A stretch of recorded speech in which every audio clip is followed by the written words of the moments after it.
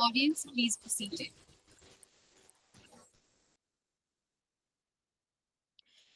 A very good afternoon to everyone present here. It is with immense pride and excitement that we welcome you to the inauguration of the IEPFA NCAER Annual Conference 2025-26, titled Investor Education Strategies for Viksit Bharat: Challenges and Way Ahead in the Digitalized Era, in collaboration with the Department of Economics, Christ Deemed to be University, Bangalore, Yashwantpur campus.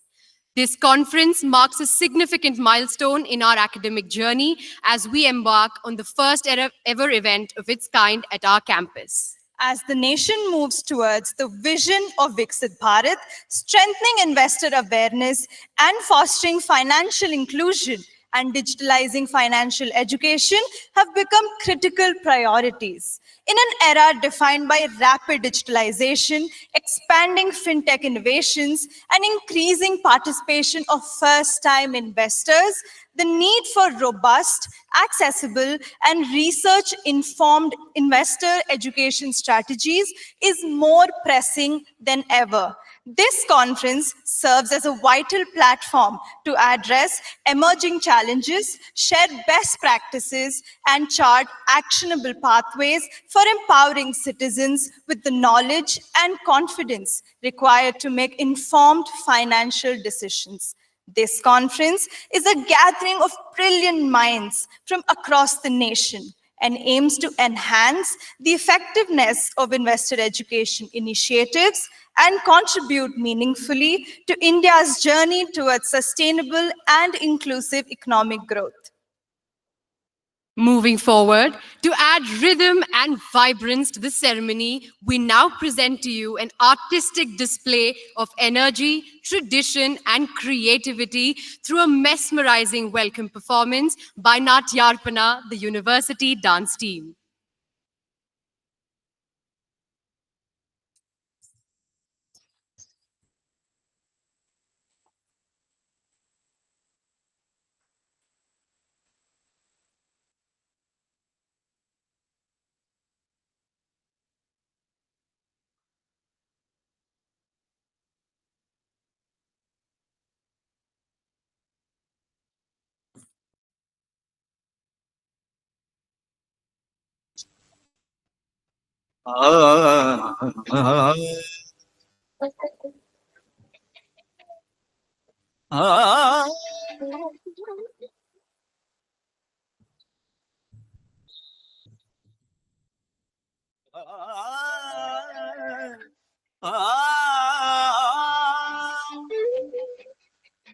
गरज गरज गरज गरज आज मेघ खनन खनन छायोरी चमक दमक चमके बिजुरी कहत है ऋतुराज आयोरी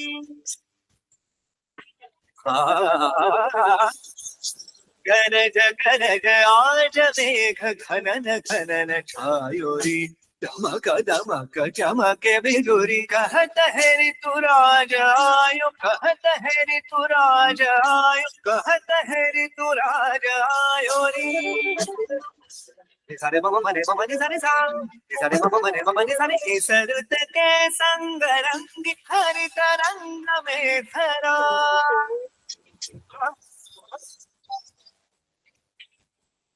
सरुत के संग रंगी हरित रंग में धरा सब विहंग आज रंग देख रंग ये हरा इस रुत में आज तू की अंग अंग रंग तार की झनकार छेड़ संग में मृदंगले घुमण घुमण काली घटा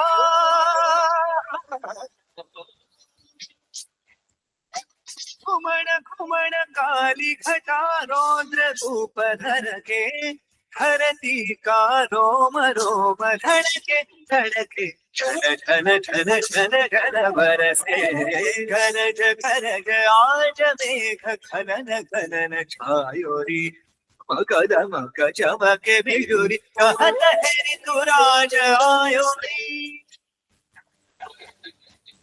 Mama bunny, mama bun. Mama bunny, bunny, mama bun. Mama bunny, bun. Is that it? Hey, mama bunny. Bunny, is that it? Hare Mama Hare Hare Mama Hare Mama Hare Hare Hare Hare Hare Mama Hare Hare Mama Hare Hare Mama Hare Mama Hare Hare Hare Hare Mama Hare Hare Mama Hare Mama Hare Mama Hare Hare Hare Hare Mama Hare आज से करन घगन चालोरी मगन मग चमके बिजुरी कहत हरि तू राजा आयो रे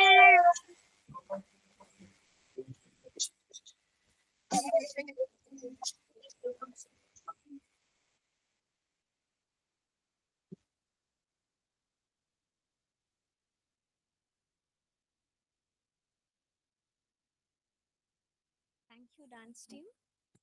A very good afternoon, everyone.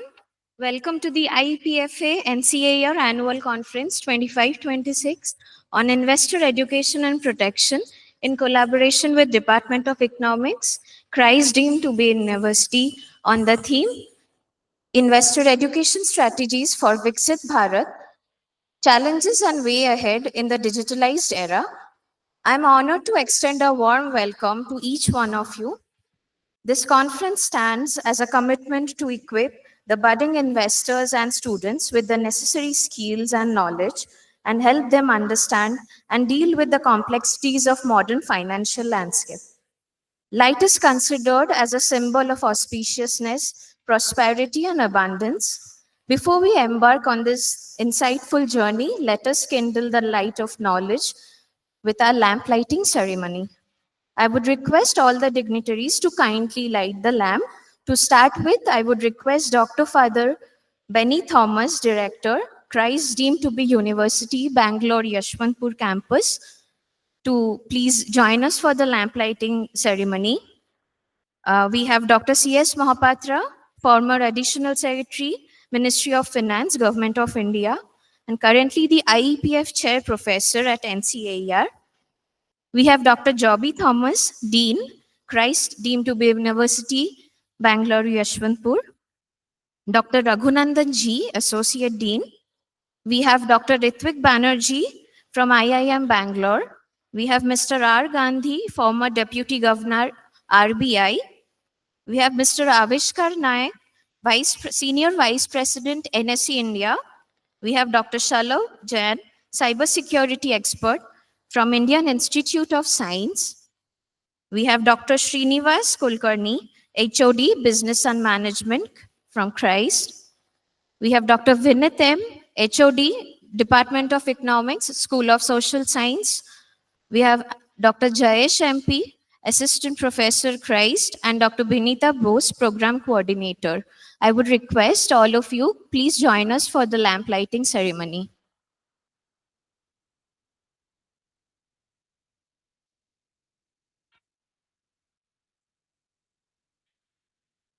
The volunteers requested to kindly guide the guests.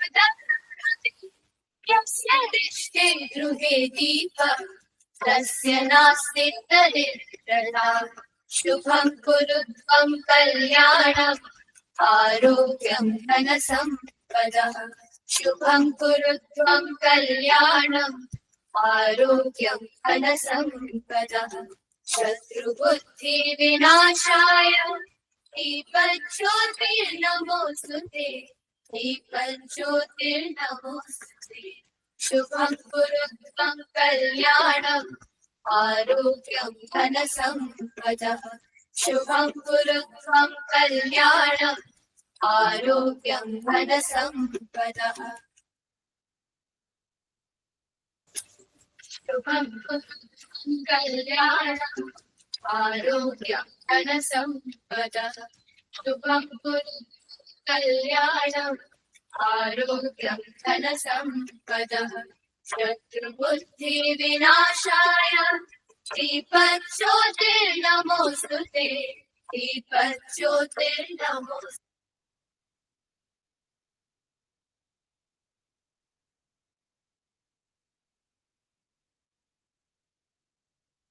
Before we start with our panel discussion, we have a small inaugural session. For the inaugural session, we have Dr. Joby Thomas, Dean, for the inaugural address. We have Dr. Vineet M., who will welcome us. We have Dr. C.S. Mahapatra, sir, who will be the moderator. And our keynote speaker, Ms. Anita Shakela, she will be joining online.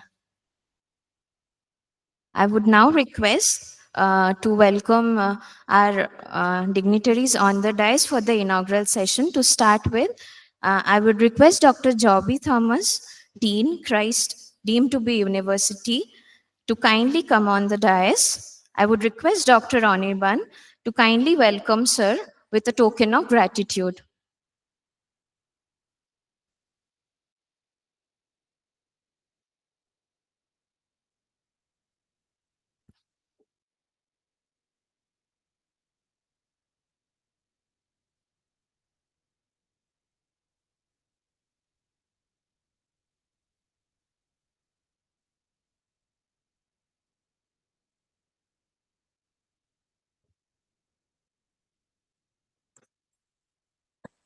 I would request Dr. Anirban sir to kindly present the token of gratitude to Dean sir.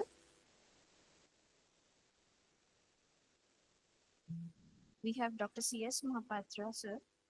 He's on the dais. I would request Dr. Vineet M. to please be on the dais. I'll call Dr. Jayesh MP to please be on the dais.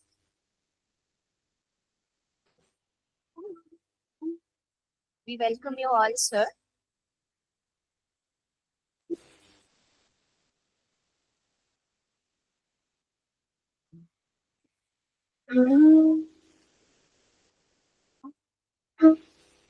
As we gather here today, I am reminded of the words of Warren Buffett, who said, investing in yourself is the best thing you can do. And indeed, today's conference centers around empowering ourselves with knowledge in the world of finance.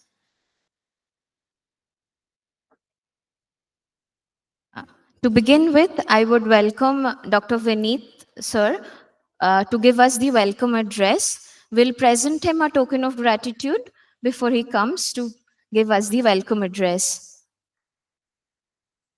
He is the head of the Department of Economics, School of Social Sciences, Christ University.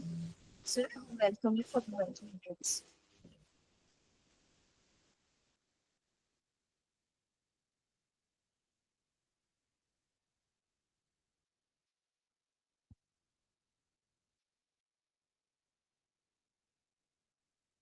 Good afternoon to one and all present here. Respected Director of Christ University Yeshwanthpur Campus, Dr. Father Benny Thomas, respected Dean, Dr. Joby Thomas, Campus Associate Dean, Dr. Raghunandan G, the respected keynote speakers of the day, Ms. Anita Shah Akela, CEO, IEPFA and Joint Secretary at the Ministry of Corporate Affairs, Government of India, respected IEPF Chair Professor at NCAER, Dr. C.S. Mahapatra, distinguished guests, esteemed HODs, faculty members, students, staff members. It gives me immense pleasure to welcome you all to this annual conference on the investor education strategies for Viksit Bharat, challenges and way ahead in the digitalized era. As India accelerates towards its vision to becoming a developed nation, financial literacy and investor education have become the central pillars of national progress. With expanding markets, deeper retail participation, and an increasingly tech-driven investment landscape, the role of informed investors is more critical than ever. The digital revolution, while have opened doors to unprecedented opportunities, has also brought new vulnerabilities. The rise of online trade platforms, instant payment systems, blockchain-based assets, and algorithm-driven advisory services has redefined how we as investors engage with the financial markets. Yet, it has simultaneously exposed us to cybersecurity threats, misinformation, fraud, and data breaches. As Clive Humby had said, data is the new oil. And we are living in times when safeguarding our data has become one of the biggest challenges of our day-to-day lives. The digitalization has opened up a Pandora's box of public policy questions, such as how do we empower citizens with the knowledge and confidence to navigate the digital financial platforms? How do we build resilience against cyber risk while promoting innovation? What responsibility do regulators, educators, and industry leaders share in shaping safe and inclusive investor experiences? And most importantly, what should our strategies look like as we move towards the Amrit Kal, the era of Viksit Bharat? Today's conference aims to explore these very challenges. As an academic community, we believe that education is the first line of defense, whether against poor financial decisions or against the deceptive digital threats.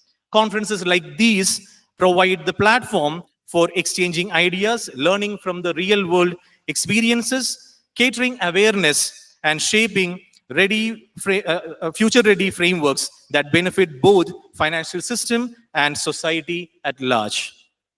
To the students who are in the audience, I encourage you to make the most of this opportunity, interact, ask questions, and absorb the insights from our speakers who are the leading experts in the field, as you are the investors, the innovators, and the policymakers of tomorrow. Before we begin, I extend a hearty welcome to our beloved campus director, Dr. Father Benny Thomas, our campus dean, Dr. Joby Thomas, and our associate dean, Dr. Raghunandan Ji, whose encouragement, support, and guidance have made this event possible. Thank you, Father. Thank you, sirs, for gracing this occasion with your presence. I extend a warm welcome to our keynote speaker, Ms. Anita Shah Akela, CEO, IEPFA, and Joint Secretary, Ministry of Corporate Affairs, Government of India, who will be joining us online.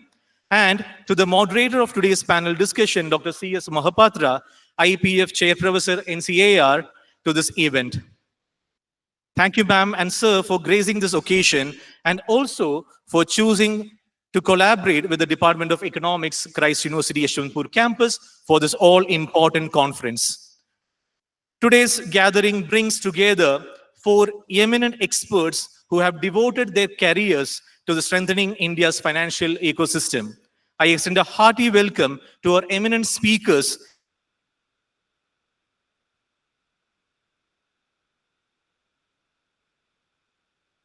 the behavioral economics expert from IIM Bangalore, Mr. Avishkar Naik, the Senior Vice President, National Stock Exchange of India Limited, and Dr. Shalabh Jain, Senior Research Scientist, Bosch Research. We are truly privileged to have such diverse and accomplished experts amongst us today. I also extend a hearty welcome to all the heads of the departments present here, the faculty members from various departments, members of our organizing team, students, and staff. May this conference be the space for shared experience, constructive dialogue, and meaningful learning. Once again, I warmly welcome all our guests and participants. I look forward to an engaging and thought-provoking and enriching discussion ahead. Thank you.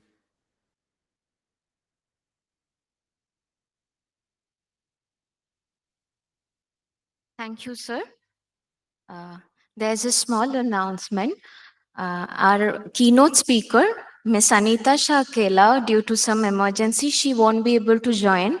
But on her behalf, Lieutenant Colonel Aditya Sinha, General Manager IEPFA, will be joining us online today.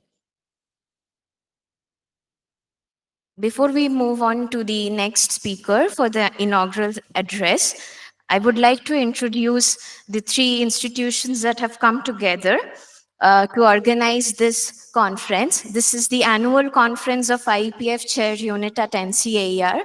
And let me tell you, this is one of the biggest gatherings that we have done in the last 3 years. So a great round of applause for Christ University to make it possible.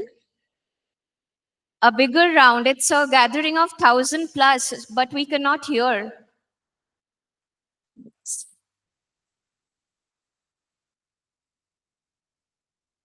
With investors' interest being its primary concern and the vision of taking investor awareness to the last mile, IEPFA is entrusted with the responsibility of administration of the Investor Education and Protection Fund, making refunds of shares, unclaimed dividends, mature deposits, debentures, etc. to investors and to promote investor awareness among the investors.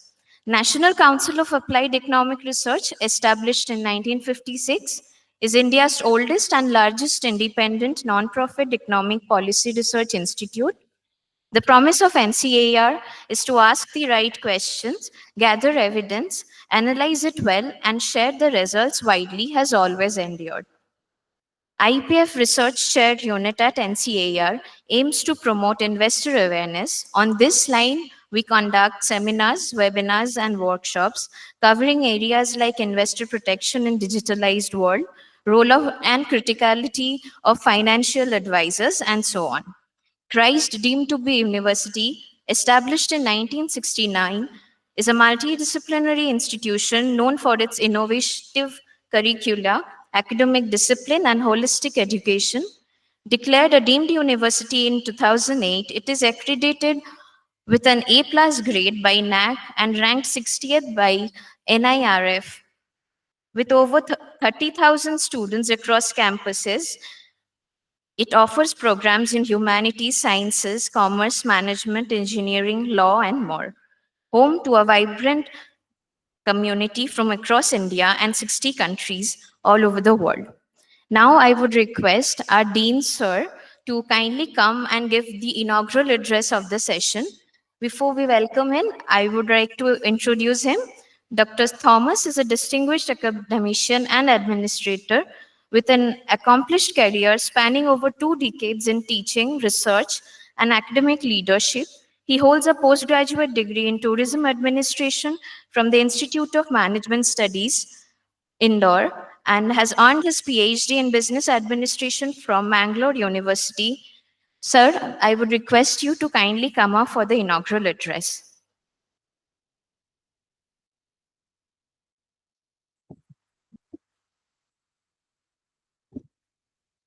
Good afternoon. Respected Campus Director, Dr. Father Benny Thomas, Dr. C.S. Mohapatra, Dr. Vineet Mohandas, Head of the Department, Dr. Raghunandanji, Associate Dean, other heads of departments, distinguished panel members for today's discussion. Today, we have gathered here in this auditorium for gaining more awareness about our financial transactions and to gain more knowledge on investing.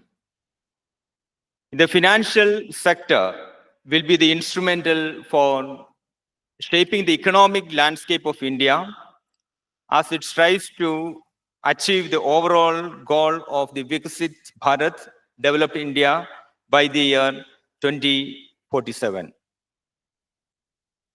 India is targeting to achieve universal financial inclusion by the year 2047 through digital enablement and ensuring access for all population segments.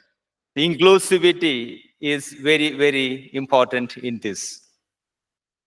The objective of Viksit Bharat is to empower India and help create a society that is prosperous, inclusive, and sustainable, wherein all of its citizens have the opportunity to thrive and meaningfully contribute to the nation's progress. India's financial ecosystem is characterized by a new era of accessibility, innovation, and customer engagement.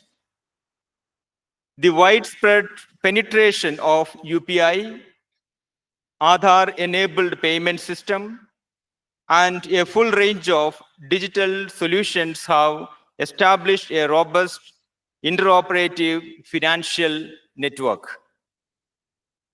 Financial products are now designed to be more adaptive and intuitive, effectively making it easier for customers to interact with financial service providers. While the financial services sector in India is making commendable efforts to enhance credit inclusion for the lower strata of the society, the future demands a proactive and integrated approach to cybersecurity and risk management. We have experts from different areas to enlighten us on these aspects and make the conference more meaningful. Building a financially literate Bharat for a Viksit Bharat is essential. Financial literacy is about empowering individuals to make decisions that lead to a better quality of life. A financially literate population is key to achieving the dream of a developed and prosperous Bharat. I wish all the very best for this conference. Thank you very much.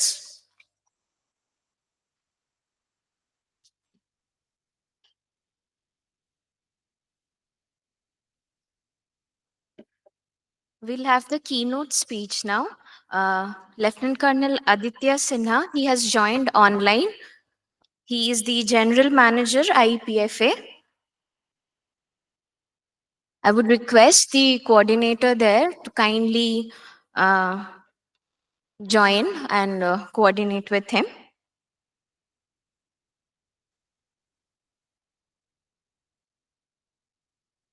Let us introduce him.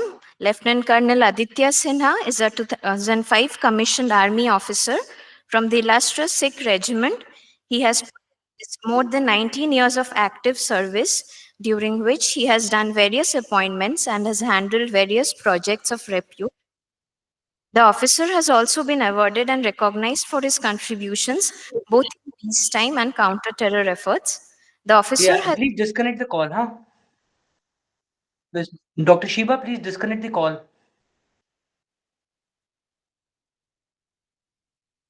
The officer has also been an instructor in counterinsurgency and warfare school, a premier training institute of Indian Army, imparting counter-terror and training to come, including those of friendly foreign countries. Lieutenant Colonel Sinha, in his previous tenure, was posted as Army Group Insurance Officer, handling policy aspects Yeah, of Mr. insurance. Dr. Shiba, I've already joined.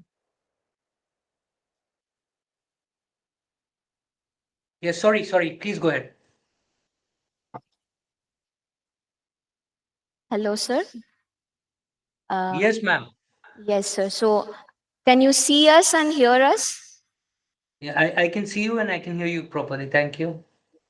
Okay, welcome, sir. Welcome to the annual conference. This is organized at Christ Bangalore Yashwantpur campus. I think you can see the audience. Yes, please. Yes, please. I can see that. Get out. Just wanted to inform you, sir, it's a gathering of 1400 participants here. So I'll just complete introducing you. I'll just take 2 minutes of yours. Sure, ma'am. Please go ahead. He was joint director at Army Group Insurance Office and has joined as general manager at IEPF Authority, MCA. Apart from his duties, the officer has completely taken over, and he has also completed his executive MBA in international business from Indian Institute of Foreign Trade, New Delhi.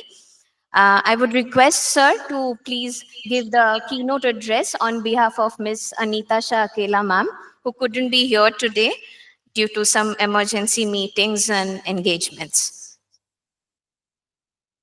Thank you. Thank you so much. Yep. Good afternoon, everyone. On behalf of my CEO, am I audible? Am I audible to everyone, please? Thank you. Thank you. I could see one of the sixth or seventh row. There's a lady in white sari. She has shown thumbs up. I perceive everyone else can hear it too. Thank you. Thank you. Uh, Good afternoon to one and all. I am Colonel Aditya here, an infantarian, and on behalf of my boss, Colonel Mrs. Anita Shah Akela, Joint Secretary, Ministry of Corporate Affairs, I wish one and all of you here present, and thank you for giving me the time to speak the keynote address on her behalf. It is truly an honor to virtually join you with all. Yep, to join you all with such an inspiring audience. That is, I can see young scholars, researchers, policymakers, and probably financial practitioners, educators, and my guru, Dr. Mahapatra, who's sitting over there. Yeah. Thank you, sir. We meet today at a pivotal moment in India's development journey. As the country moves steadily towards its vision of Viksit Bharat, the need for a financially aware, financially confident, and financially secure population has become stronger than ever. You, the young people, are the future policymakers, entrepreneurs, investors, analysts, and leaders who will shape this nation for decades to come. This is why today's theme, investor education strategies for Viksit Bharat, is highly contextual. Under the Pradhan Mantri Jan Dhan Yojana, as of August 2025, more than 56.16 CR Jan Dhan accounts have been opened. This is just not a number. It is 56 crore households gaining the dignity and empowerment that comes with formal banking access. Even more significant is the social dimension that over 31 crore Jandan accounts are already being held by women and more than 37 crore in rural and semi-urban areas. This tells us that the benefit of financial inclusion are reaching the sections of society that need them the most. This is not merely banking penetration, it is economic penetration and participation. It is also social empowerment. However, we do face certain challenges in terms of around 23% of Jandan accounts being inoperative, which means millions of households are yet to fully utilize their accounts. This signifies that inclusion does not automatically translate into participation. Digital financial literacy, awareness, and trust must fill the gap. The second major pillar of India's transformation is digitization.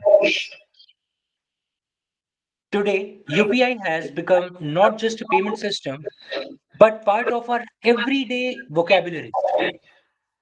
With over 12 billion transactions every month, India has outpaced the world in low cost, real time digital payments. But the digitization story does not end at payments. It has reshaped savings, credit, insurance, and most crucially, investments. That too, participation by the youth. The growth of demat accounts is a testament to this change. India's demat account increased nearly 192 million by 2025. 40% of these new accounts belong to individuals under less than 30 years of age. The youth have embraced financial markets at a pace never seen in India before. In the first 9 months of 2025, demat accounts opening dropped by 40% due to market volatility. This highlights the behavioral aspects of investing: optimism, fear, herd behavior, overconfidence. Such are the concepts which are well studied in behavioral finance. And who is susceptible? The youth. With easy mobile apps, or on rather this past point, I can always say I personally have the anti-Midas touch. Any stock which I buy turns into red. I'm sure this must be a story with most of the you people. Now, coming to the next point, with easy mobile apps, instant accounts, instant account opening, and social media influence, investment has become accessible, but also riskier in new ways. Today, investment decisions are often influenced not by financial advisors or research reports, but by YouTube influencers, Telegram groups, and viral tips. Many young investors are entering market with incomplete information, unrealistic expectations, and sometimes misplaced trust. Coming to the rapid digitization of finance, it has also created new threats inherently. Cybersecurity incidents in India rose from about 10 lakh cases in 2022 to nearly 23 lakh cases in 2024. In the first 5 months of 2025 alone, India lost close to 7,000 crores to online scams. High value cyber frauds, those exceeding 1 lakh, have risen fourfold.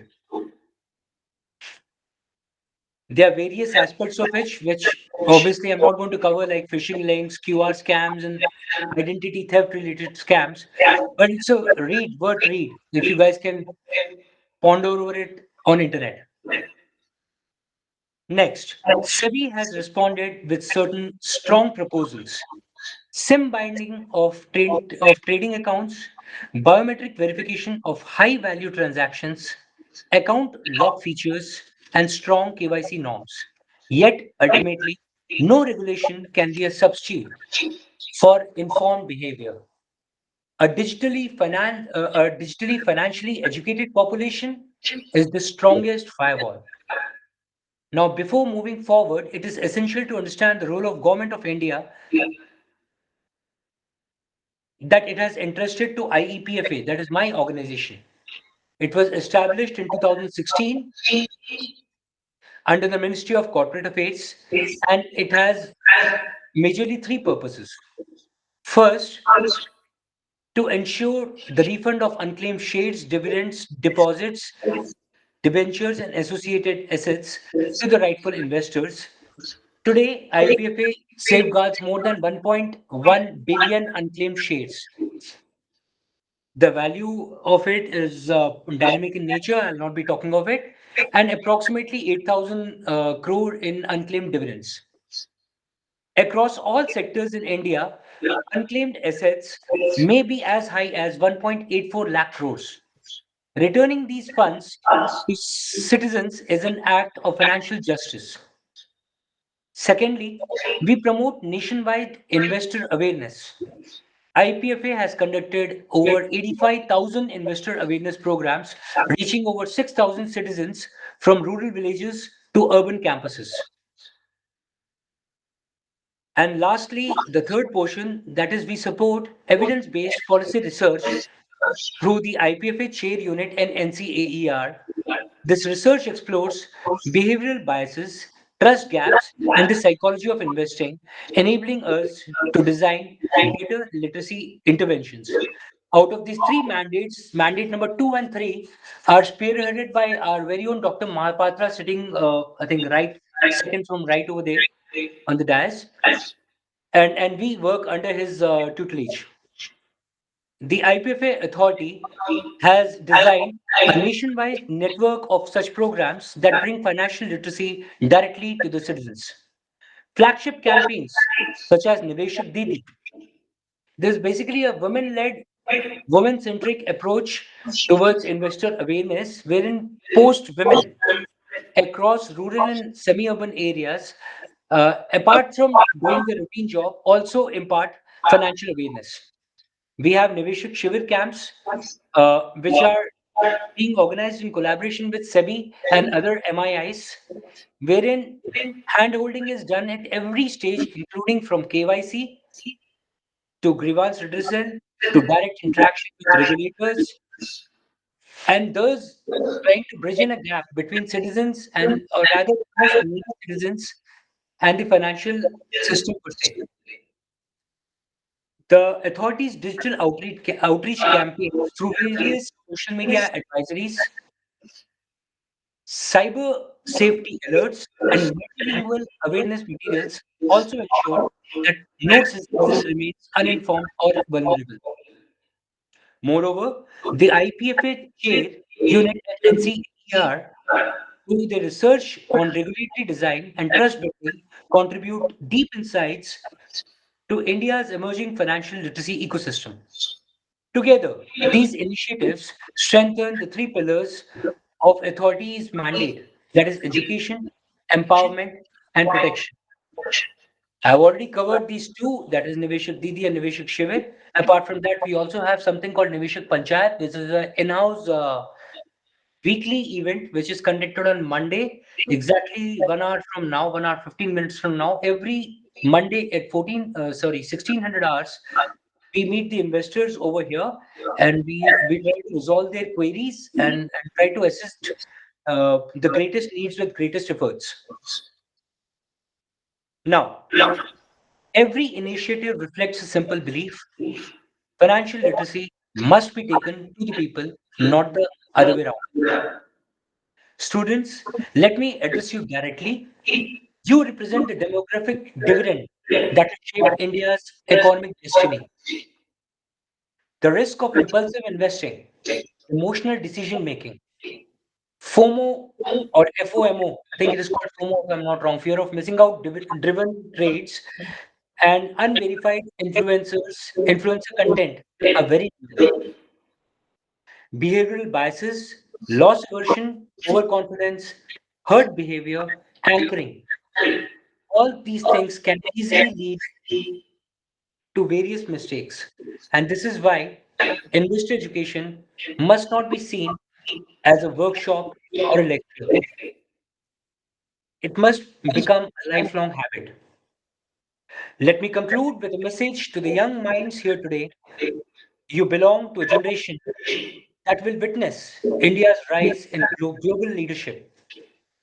You will design the fintech of the future, shape economic policies, build world class companies, and steer the nation's financial institutions. But before you shape the financial world, you must learn to navigate it wisely. A financially literate youth is India's greatest asset. An informed investor is India's strongest defender. And a confident and a secure participant is India's pathway to Viksit Bharat. Never invest in something you don't understand. With these timeless words, Warren Buffett captured the very essence of financial wisdom. an insight that becomes even more important in today's digital era, where decisions are made at the speed of click and information flows faster than ever before. As we gather here today this afternoon, surrounded by young minds who will shape India's economic future, this talk serves as both a reminder and a responsibility. In a world where digital platforms, fintech apps, influencers, and instant investment options surround us, understanding, not impulse, must guide our future choices. And it is this understanding, this literacy, and this very informed participation that will define India's journey towards a truly empowered and financially secure Viksit Bharat. Due to prior commitments, my boss, Mrs. Anita Shah Akela, the Joint Secretary, was unable to attend today's workshop physically. However, her thoughts and best wishes are with you. I am sure that she is confident that the discussions and insight generated today during the workshop will make a substantial contribution to IPFA's ongoing effort to create a more informed, protected, and empowered community of investors. Under the dynamic leadership of IPFA Chairperson Dr. C.S. Mahapatra at NCAER, this initiative promoting investor education awareness through workshop will ensure that you all reach a greater degree of excellence, perfectly aligning with our goal at IPFA. I would encourage each and every one of you to actively participate, engage with the ideas presented, and take this opportunity to enhance your understanding and advocacy of investor rights and education. Your involvement is crucial in driving the process we aim to achieve in safeguarding the interest of investors nationwide. Thank you so much for being so committed to the vital cause. I wish you a productive and enlightening workshop. Though absent in person, the CEO conveys her best wishes. And while she's not here and I'm also not there, I request all of you to definitely ask a lot of questions. I'm sure Dr. Mahapatra will be able to answer them. Thank you, one and all. Thank you, sir. Now I would request Dr. Jayesh MP, Assistant Professor, Christ, deemed to be University, to give a short formal vote of thanks of the inaugural session.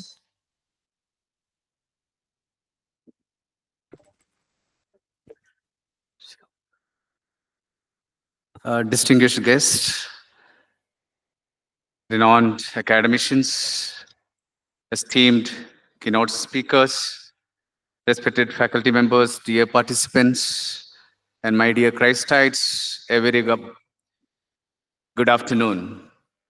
It is my privilege to deliver the vote of thanks on this inaugural occasion of IEPFA NCER Annual Conference 2025-26 in collaboration with the Department of Economics, Christ University, Bangalore, Yeshwanthpur campus on the theme Investor Education Strategies for Viksit Bharat, Challenges and Way Ahead in the Digitalized Era.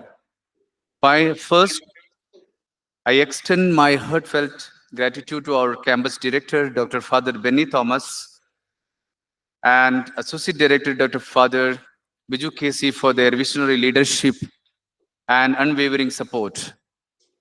Their guidance has been instrumental in transforming our collective vision into reality.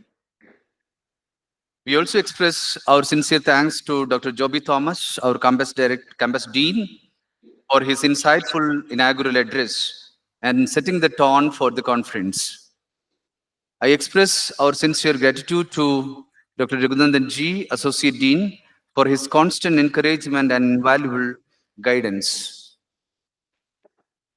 We are deeply grateful to Lieutenant Colonel Aditya Sinha, General Manager, Ministry of Corporate Affairs, Government of India, for his inspiring keynote address.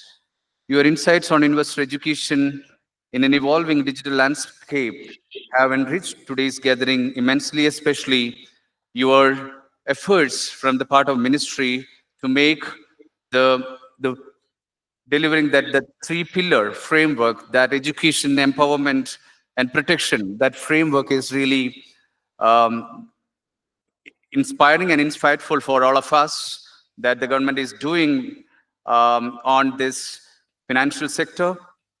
On behalf of the organizing committee, I express my heartfelt gratitude to Dr. C.S. Mahapatra, IEPF Chair Professor, NCAER, our moderator for today's conference, who proposed this conference to happen in our campus. Sir, we are deeply indebted to you for your kind consideration to host this year's annual conference at our campus. A special thanks to our distinguished panel of experts who will be leading much anticipated discussion shortly. Mr. R. Gandhi, former Deputy Governor, RBI, and non-executive chairman, Yes Bank. Dr. Ritik Banerjee, Behavioral Economics, IIM Bangalore. Mr. Avishkar Naik, Senior Vice President, NSC India Limited. Dr. Shalabh Jain, Cybersecurity Expert, ISC Bangalore. We look forward to their valuable insights on the topic.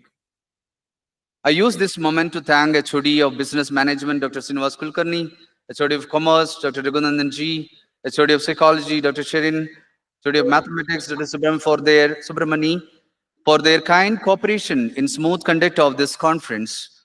I also thank all other HODs, program coordinators for their gracious presence.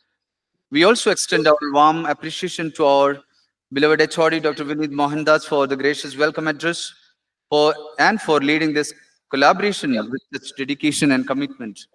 I also wish to acknowledge Natyarpana for the graceful welcome dance.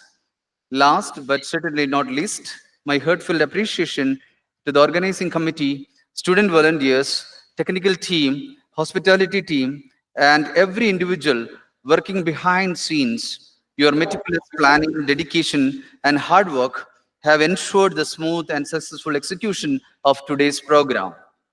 To our esteemed guests, faculty members, student researchers, and participants, thank you for your presence and engagement. It is your participation that makes events like these truly meaningful. Now, as we move forward, let us look forward with great enthusiasm to the insightful and engaging panel discussion that promises to deepen our understanding and spark meaningful conversation on investor education in the digital age for the Viksit Bharat. Thank you. May we please have a big round of applause before we start the panel discussion?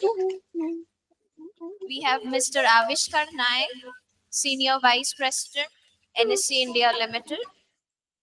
We have Dr. Shalabh Jain, Cybersecurity Expert, Indian Institute of Science.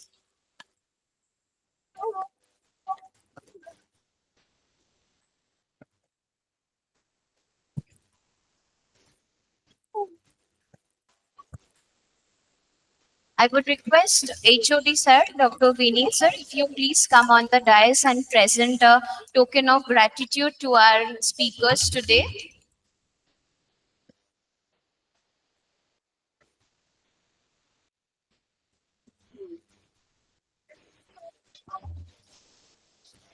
We have Mr. R. Gandhi, former Deputy Governor, Reserve Bank of India, and non-executive chairman of Yes Bank now.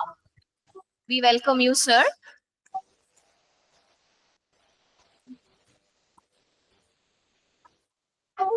We have Dr. Ritik Banerjee, behavioral economics expert.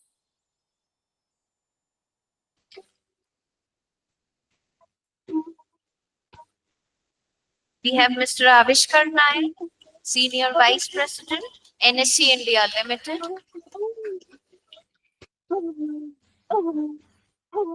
We have Dr. Shalabh Jain, Cybersecurity Expert from Indian Institute of Science.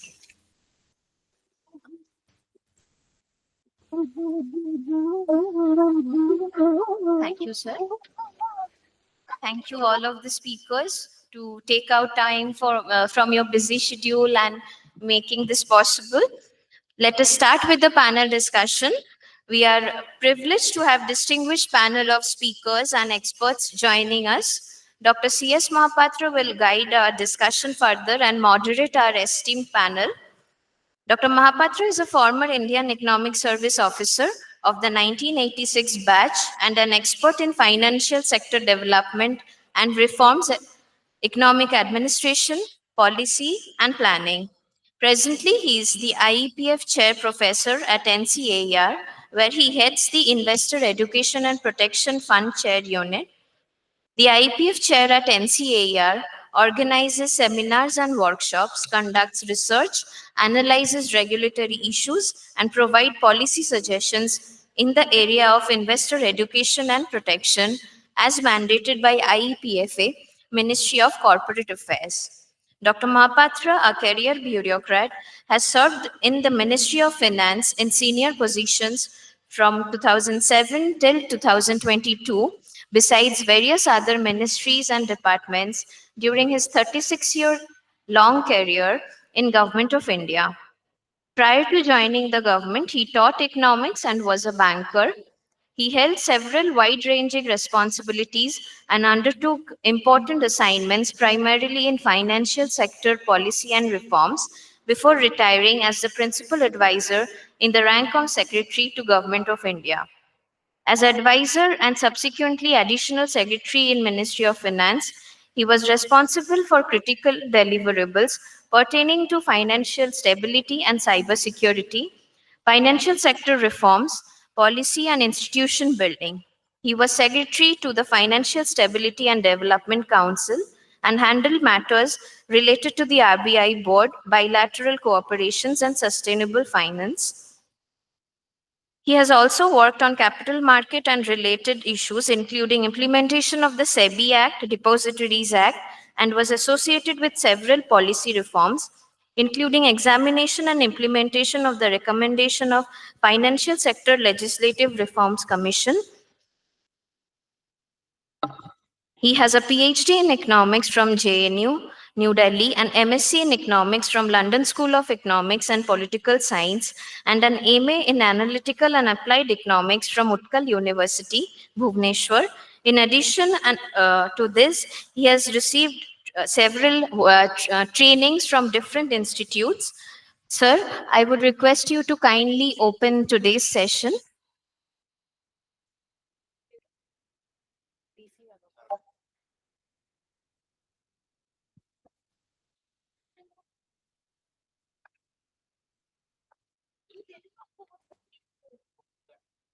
Director Father Dr. Benny Thomas, Joby Thomas, the Dean, and HOD Vineet, Jayesh, Talav, and Dr. R. Gandhi, my former senior colleague and former Deputy Governor of Reserve Bank, and Avishkar Naik, NSC, the person who is in charge of financial awareness for the entire country.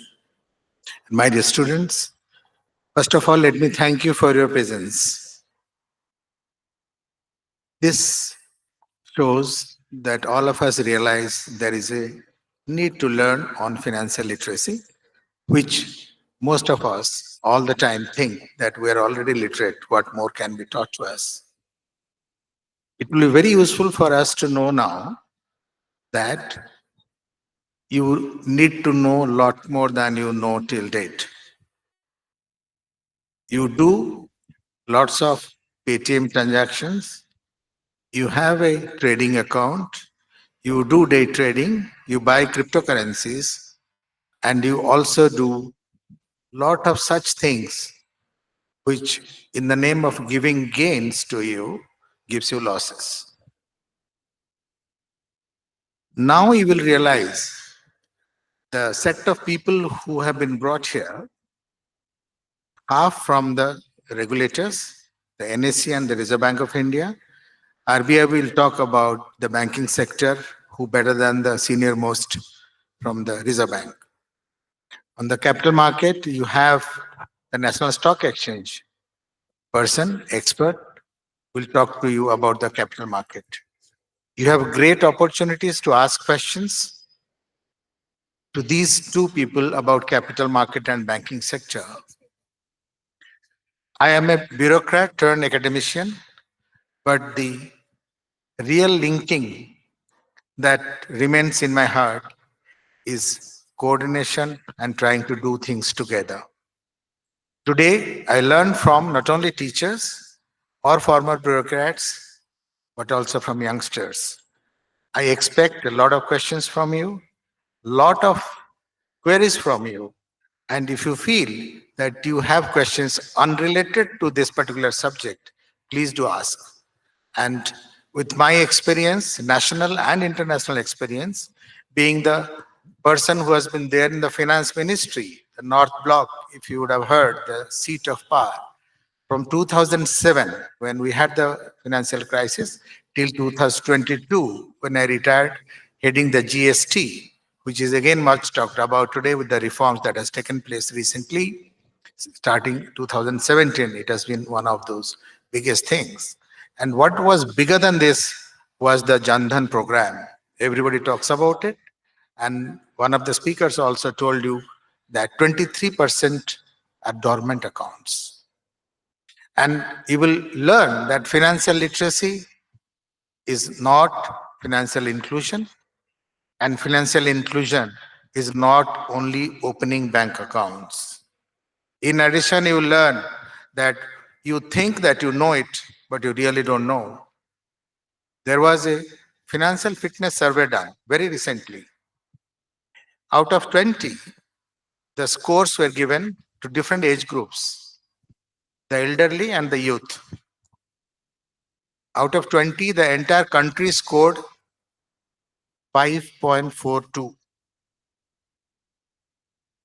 We have financial literacy, so-called financial literacy, to which I always differ from, because I think that a yesterday's literate person is today's illiterate person. The way scams and frauds have happened, I consider the challenges of digitalization are overwhelming and ignored many a time, and mostly by the youth. You will find out what all you should not do and are already doing it. What all you have neglected and found in newspapers that this is exactly what caused the scam or loss of money to people. When we earn money, we attach all the importance to our studies, to our earning, but how to save the money, how to multiply, how to keep it safe has become a bigger challenge today with the increase in SEBI, trust on scams and frauds, Reserve Bank of India trust on scams and frauds. What to talk of government being alert about it. Despite the fact that government and regulators are doing a lot, it is the sole responsibility of the investor. I include the prospective investors, like you all, to be very careful about it. If I start talking about the types of scams and frauds, it will take a lot of time. As we go along, we'll discuss what type of frauds happen. And I would tell you that talking about the scores, if 5.42 was there for the entire country out of 20 marks, that means the country as a individual failed. The scores of elderly was the figure, and for youth, the figure was different. I would now ask any of you can just make a wild guess. I have given you the average. What will be the score of youth and what is the score of elderly? Anybody, please feel free. Consider that father is not here, your HODs are not here, the dean is not here. Please feel free to answer.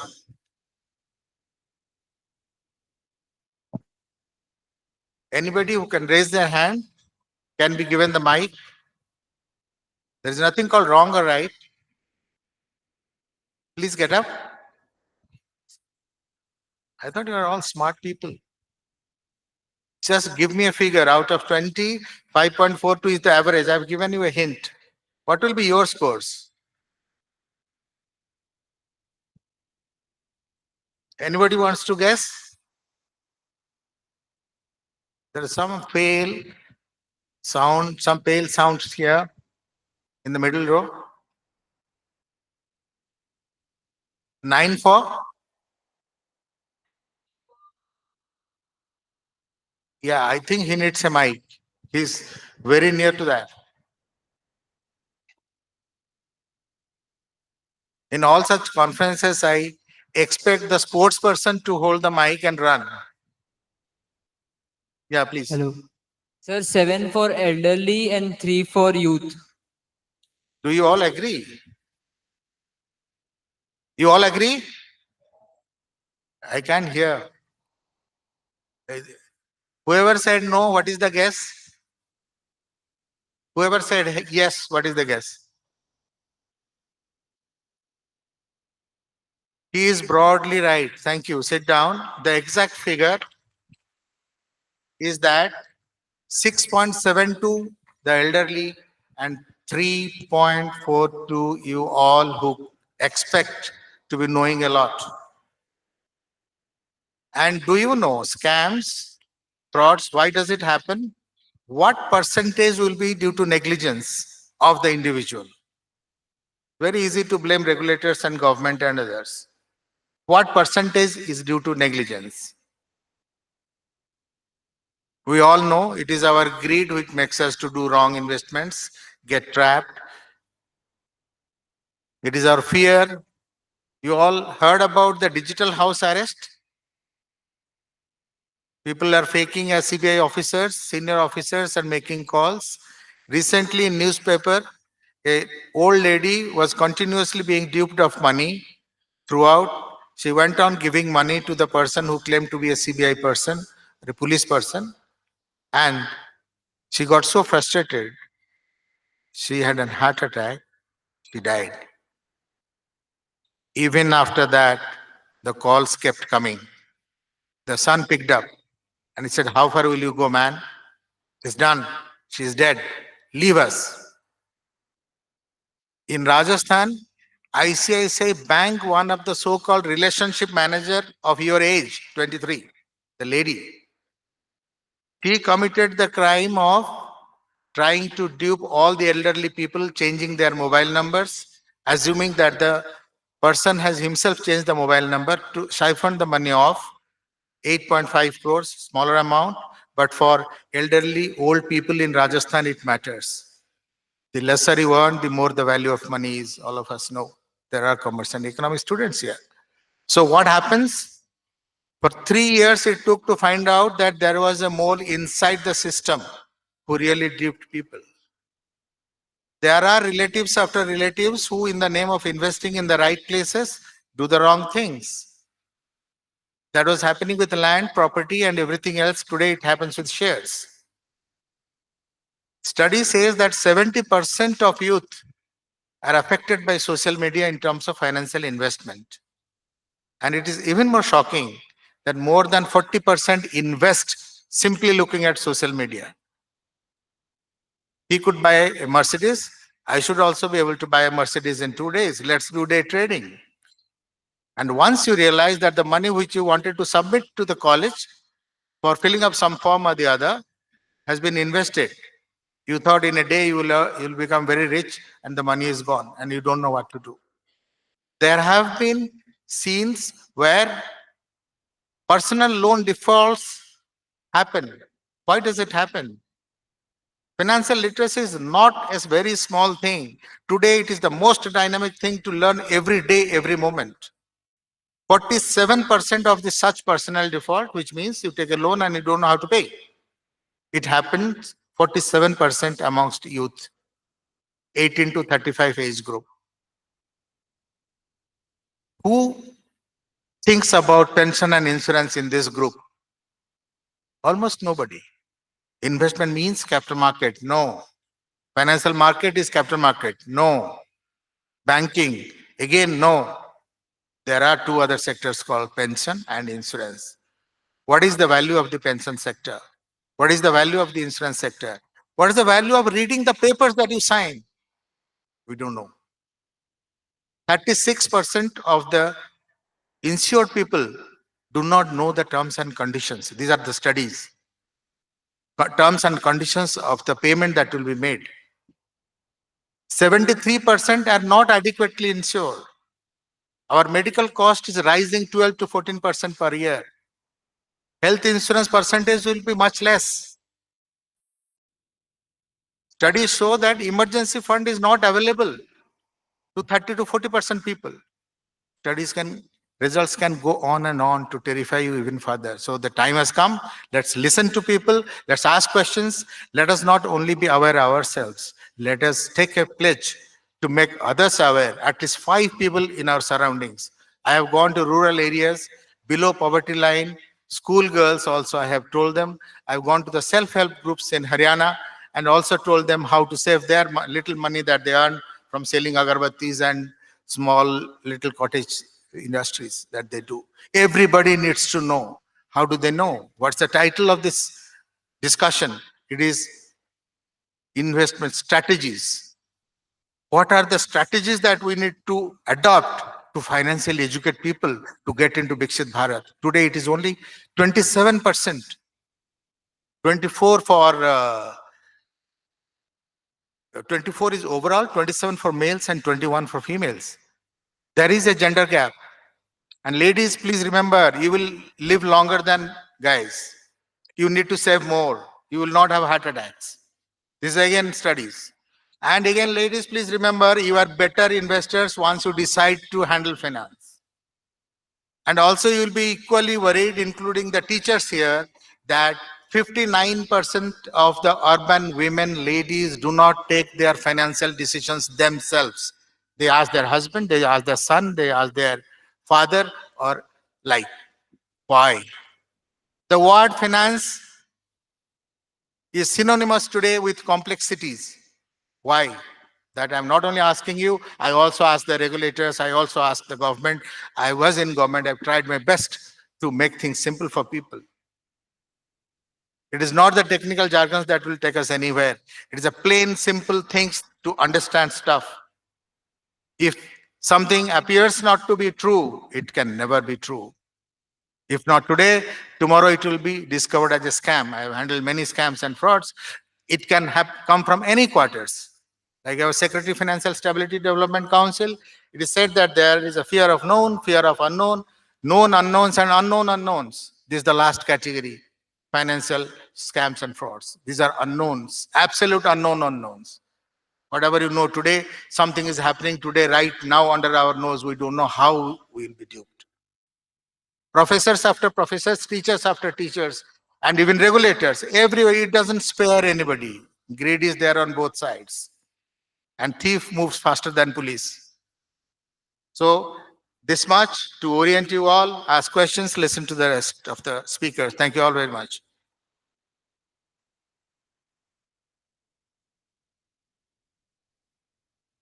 Thank you, sir. In recognition of his exceptional contribution to investor awareness and education, Dr. Mahapatra sir was honored with Investor Education and Awareness Award by SEBI and AMFI. So, can we have a round of applause for him?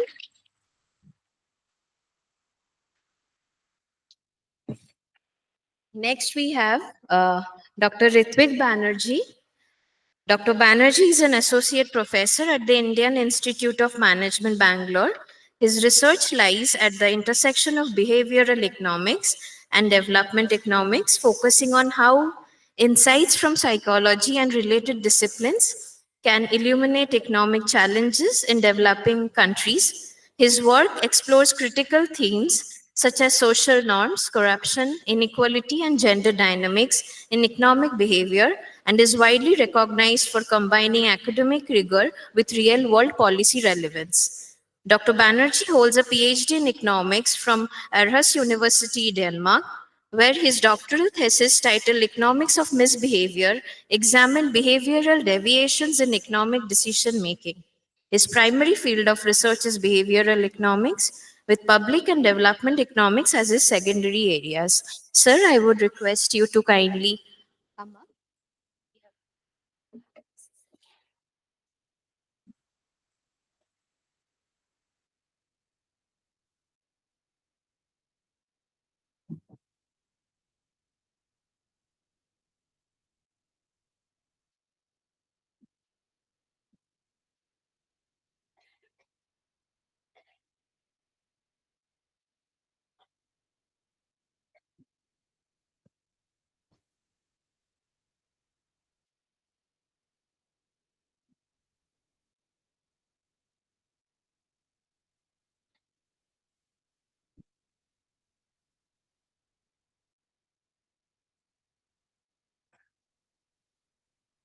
respected father, dear faculty members, dear students, respected panelists, delighted to be here.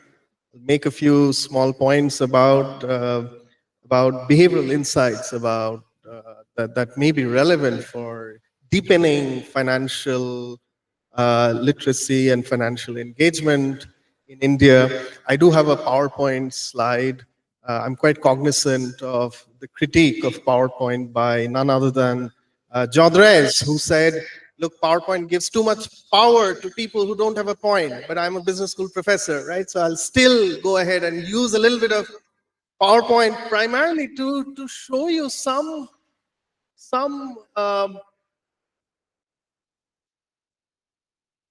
this is not working, or okay, I'll stand here.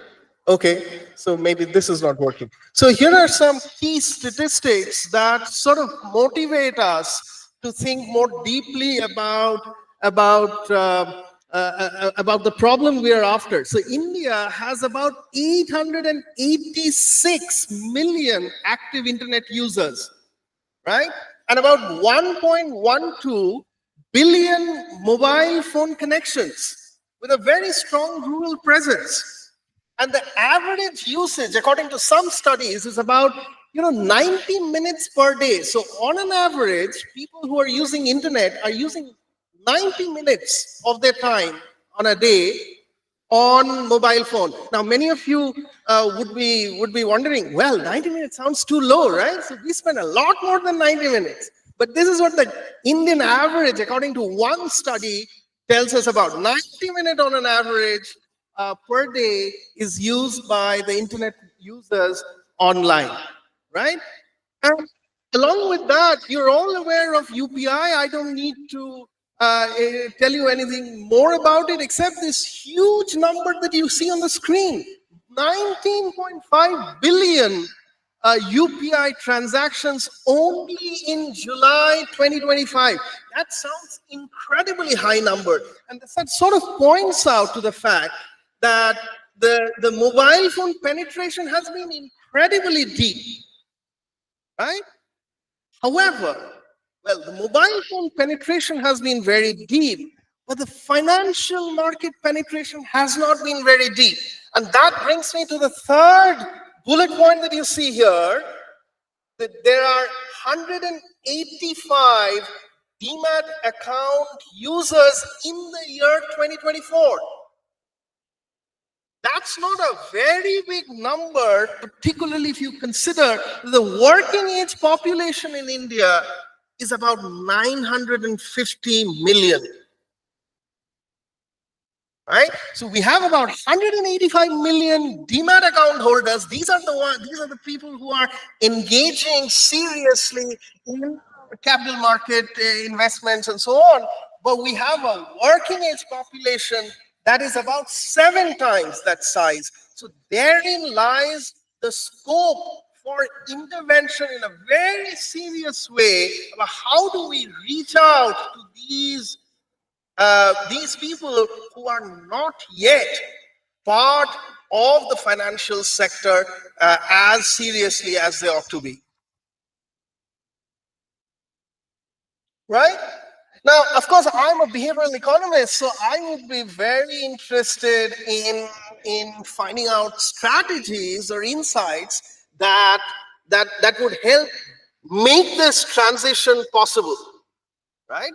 So what are the 2 things that I have in mind? Well, of course, I don't have much time, so I'll only focus on very limited things and offer one major suggestion to the guru of financial literacy, right? So we've been told that Dr. Mahapatra is a guru. So we would offer one key suggestion, but this is what leads to that suggestion. So there are 2 ways in which we can think about attacking this problem. One is, think of non-participants, those who are not part of the financial market, or those who are not part of the financial, they are the non-participants, right? And those who are part of the financial sector, they participate in investments, they're part of the capital market, participation. They are the parties. So we have two different kinds of problems. One is, how do we bring in the non-participants into the financial sector? So that's one. And a separate problem is, how do we deepen the engagement of those who are already participating? So these are two different problems, and the same strategy may not be applicable for both, right? So let's look at the problem of the non-participant. Now, a non-participant has two very significant issues to deal with. One is lack of trust. Talk to your parents or grandparents and ask them, to tell your grandparents, hey, why don't you not invest in a fixed deposit but invest in the mutual funds? What will they tell you? No, I don't want to do this. Lack of trust. So non-participants have a significant lack of trust towards the financial instruments. And this is at the heart of it, a behavioral issue, right? So that's one. The second is a choice overload problem. Now, what is a choice overload problem? It's a fascinating thing. The choice overload problem says that we are bombarded with too much of information and we are not able to rationally process that information. So think of the famous study that was done by Sheila Iyer in Columbia University, where she randomized people into two different groups. One group was exposed to 24 different kinds of jams. And another group was exposed to 8 different kinds of jams. And guess which group ended up buying more jams? It's the 8 jam group which ended up buying more jams because they were able to process the different kinds of items that were in place. The people who were exposed to 24 jams, different kinds of jams, they're thoroughly confused. And that is a problem with our current financial, the way the current financial market is organized. We have too much of choices, right? A non-participant and even a participant will end up getting confused, right? So that's a little bit of a non-participant. How should we think about the participant? A big problem for the participants is a loss aversion. What loss aversion is? Loss aversion is this idea that people care a lot more about losses than about gains. Right? Now think of participants in the financial market. They are engaged in, capital market investments and so on. And they end up very frequently tracking their portfolio. So what do they see? They see a lot of fluctuations. But remember, losses matter much more than gains. So the losses will feel a lot more painful and they often exit the market. Right? So there's some serious lesson to be learned that, when mutual fund advisors or portfolio managers tell us, do not go back to the portfolio and look at the portfolio again and again. Why do they tell us that? That is because losses matter a lot. Right? So we need to tackle these kind of issues. And of course, there's a perennial issue of present bias and the fact that we are very impatient in the short run. Decision making in the financial sector has a lot to do about these. Now, I won't take a lot of time, but I'll just offer 2 major suggestions. So one is, how do we use the modern machine and AI related technology to improve financial access? Let us not forget, we live in a country where there are 22 official languages. People have different expertise in different languages. So the most important thing to build trust and encourage non-participants to join the financial sector is to reach out in a language that they understand. That is very hard to do, except we have mobile phones and we can design dedicated apps that will reach out to people in their own languages, thereby increasing access to a degree that is, frankly speaking, it has never been observed before. It is possible to reach out to people in languages build trust using these technologies. The second key thing is, let us not forget either that India continues to be a low functional literacy country. And in a country with low functional literacy, a written message carries less weight than voice message. So it is possible to embed these apps with voice messages that will be, that will reach out in a way that will connect to people in a way that is much more intimate and lead to improvement in trust. Then there are, of course, issues related to financial nudges. The apps can significantly improve participation by these kind of nudges, risk profiling that can be done. But I want to end, this is the first key suggestion that I had, use of these AI-enabled app technology to improve and deepen financial engagement. But here is the other thing that I want you to think about more carefully. Think about a non-participant. You just introduce a mobile app. You install that mobile app in the mobile phone, and this mobile app is giving all kinds of different information, audio messages, and so on. Do you think the person who has never invested will be sufficiently swayed by these kind of technology alone? My guess would be no. I don't think that people who have never participated in the financial market will be sufficiently convinced by apps alone. And this brings me to a famous quote from Daniel Kahneman. And Kahneman believed, look, most of the problems cannot entirely be solved by humans, cannot entirely be solved by machines. But a judicious mix of man and machine is going to solve the problem much better than individually a machine or individually a human.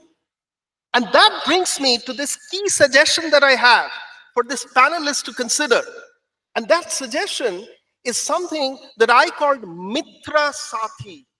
What is a Mitra Sathi? Mitra is a mobile-based investment and trust resource agent, right? Many of you probably know about the ASHA workers.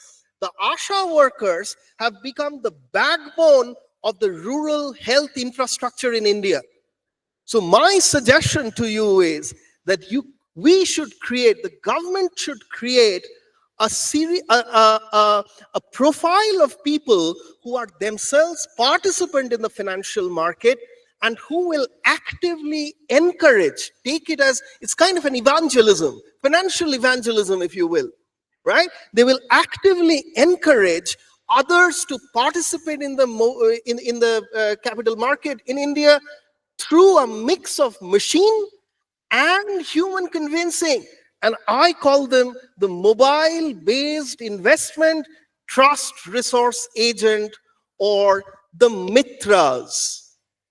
So hopefully the government is listening, and if it is listening and if it is willing to engage in Mitra Sathi to deepen financial engagement in rural and different parts of India, then the next and the most important, not the most, but a very important thing needs to be done, which is an evaluation, a rigorous evaluation of a Mitra Sathi program to see if a combination of man and machine can actually deepen the engagement in the financial sector and in the capital markets. So that brings me to the last point, that is a rigorous evaluation through randomized controlled trials is very important in order to be able to understand whether these kind of strategies can make a difference to what the government really cares about, which is the proportion of people who are engaging in the financial market. Thank you. Thank you so much.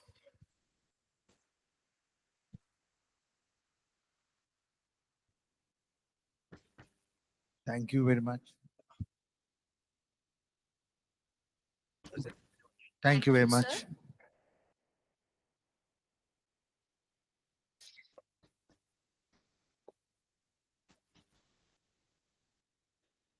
Next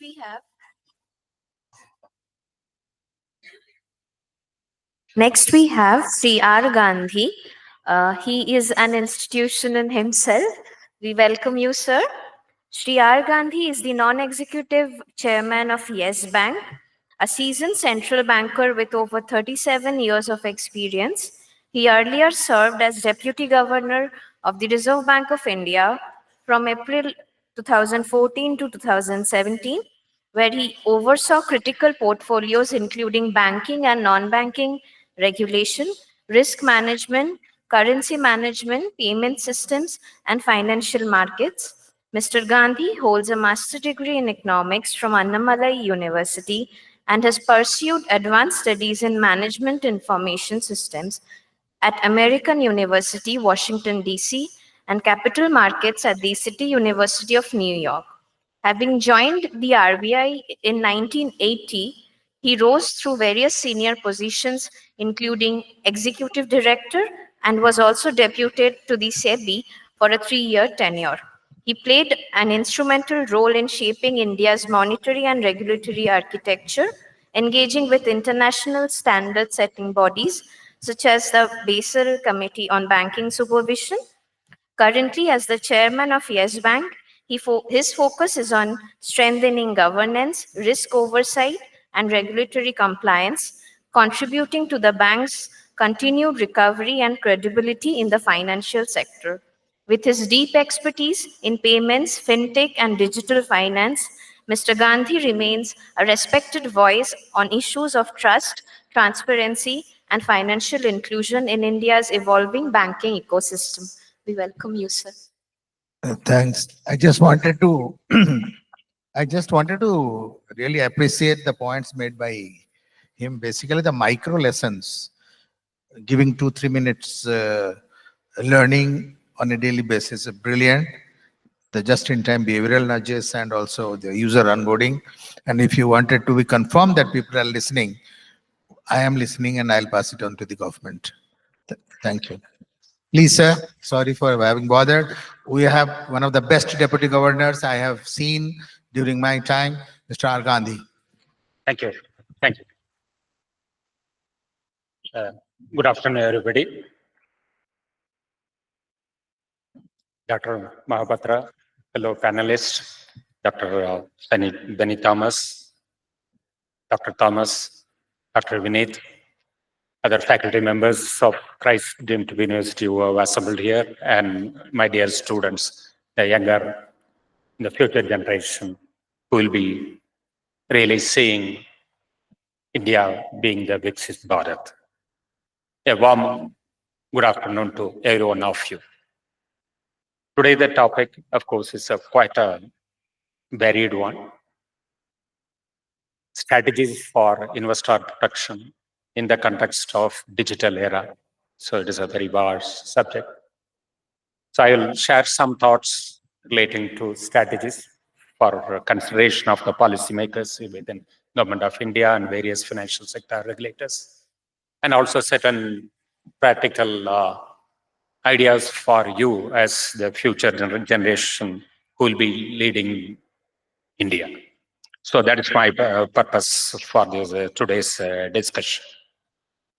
First, let me start with the idea of Viksit Bharat, because it is an aspiration to be the developed country by 2047, when we'll be completing 100 years of independence. But to reach there, quite a lot of efforts will have to be there. When we talk about developed, we are talking about growth every year, economic growth. Most of you would know that as of now, we are clocking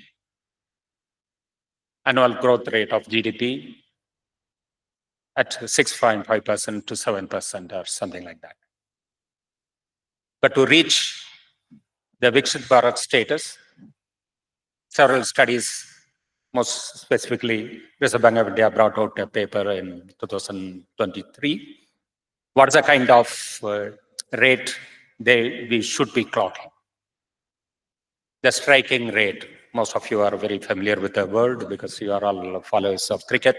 So the striking, asking rate That if you have to look at, it is something like 11 to 12% growth rate, whereas we are at 65.5 or 7% today. That would mean that going forward, we have to develop a lot of efforts in terms of recording growth year after year. That is what will reach us the Viksit Bharat status by 2047. One of the key elements of growth is capital. Capital comes out of savings. Savings are done by individuals, households, businesses, even governments also. Technically, theoretically, even governments can also save. So if all these savers will have to double up or triple up their saving rates, then what kind of environment that will be needed, what kind of confidence that will be needed for them to feel that I can save and my money will be safe when I invest in opportunities that is coming up. So investment are in varieties of ways. Investment can be in businesses, firms, factories, commerce. Investment can be in the form of deposits, bonds, debentures. Investment can be in the form of stocks, shares. So investment can take any of these forms. But when we talk about investor protection, what is that? These two words we have to concentrate. The simple definition of investor in a dictionary sense, if you look at, it will give a narrow meaning of somebody who is investing in shares, debentures, and investment in a firm. That's what it will call it as investment. When you lend money, by this definition, it is not investment. That is called lending, right? When you lend to somebody or when you lend money to the bank, it is called deposit. It is not considered as an investment by that definition. And when you remit money, you as a remitter or somebody else as a receiver or the beneficiary, that is not considered as investment because it just passes hands, changes hands from one hand to another. So the definition of investment, investor, as per dictionary, will not be sufficient for the purposes of the investor protection that we are talking about. Here, investor would mean that the person who puts in money into a business, the person who receives money to conduct the business, that's the entrepreneur. The person who lends money to another person or to a bank as deposit, and the person who receives money, that's the borrower. The person who sends money, the remitter,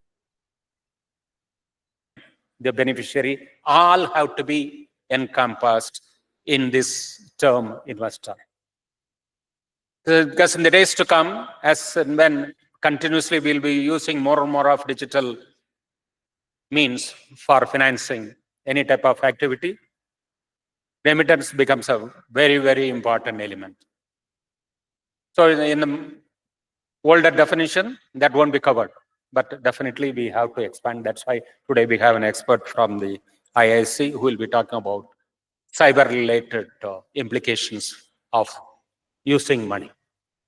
So using money for whatever purpose, whether it is actual investment, borrowing, lending, or remitting, everything will have to be covered. That is my first idea, that the expansion of the term investor will have to be different in the days to come. Second, even the word protection, this also has to be understood properly. Again, to start with, if you look at the dictionary, protection would means that safe. Safety of your money.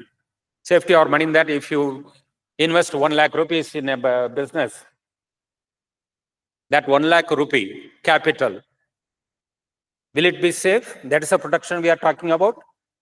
Clearly, no. When you lend money to somebody, you 1 lakh rupees you lend, a bank lend, or you lend to the bank, that is a deposit.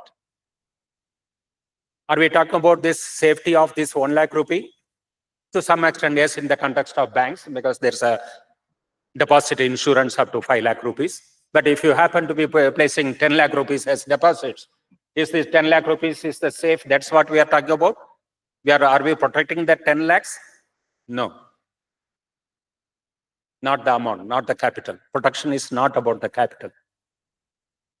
The protection we are talking about is protection against malpractices, protection against misinformation, protection against half information or incomplete information about the financial products and services, and protection against malpractices by the misdemeanor. That is the protection we are talking about. So that it has to be well understood when we talk about protection, what we are meaning it. In the case of remittance, again, the definition is something different, or the understanding will have to be something different. When we remit 1 lakh rupees through digital means or even the old traditional means, there we are talking about the protection of that entire 1 lakh rupee. So that's why we have to clearly understand, the authorities will have to clearly be explained to the people that what do we mean by investor and what do we mean by protection. That's a one important change in focus, clarity that we may have to bring in when we talk about investor protection. Now, how do we achieve this investor protection? Primarily through financial literacy, financial education.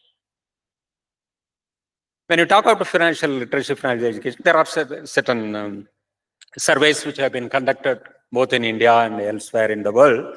How many people are financially literate? As recently as 3 months before, SEBI had come out with a investor survey.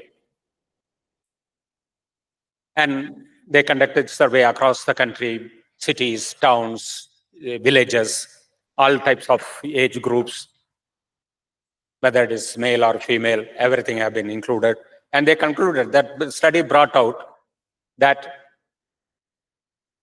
56% of the population, the households whom they interviewed or conducted the survey, they are not knowing anything about financial products.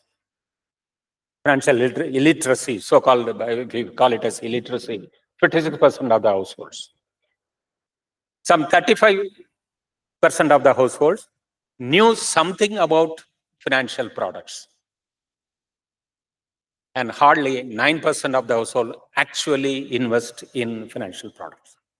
That's a kind of investor financial literacy or illiteracy and actual participation in the financial markets. Over the world, including the very developed ones like USA or Europe, Germany, UK, Netherlands, any other. Exactly similar situation. There also, financial literacy is quite low. Very few percent of the population actually participate in financial.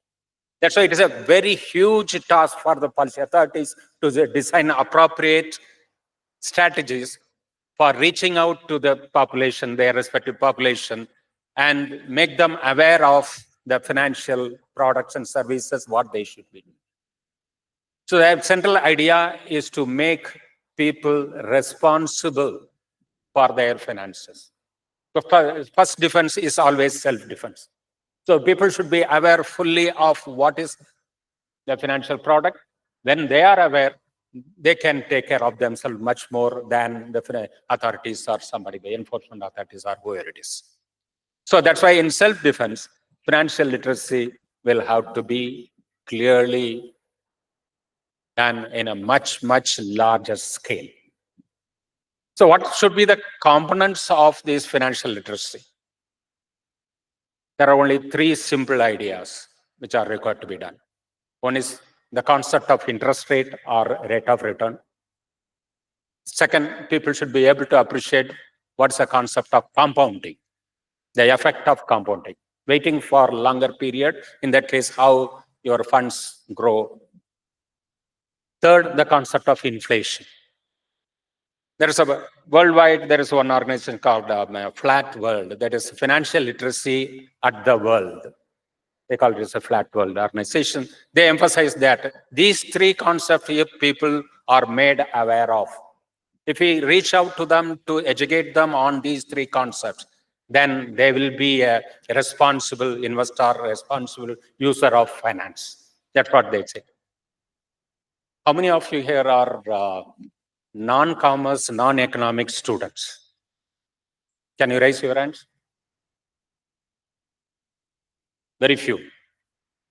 So mostly it is commerce and students of economics here. Then probably you may be able to answer my queries more properly.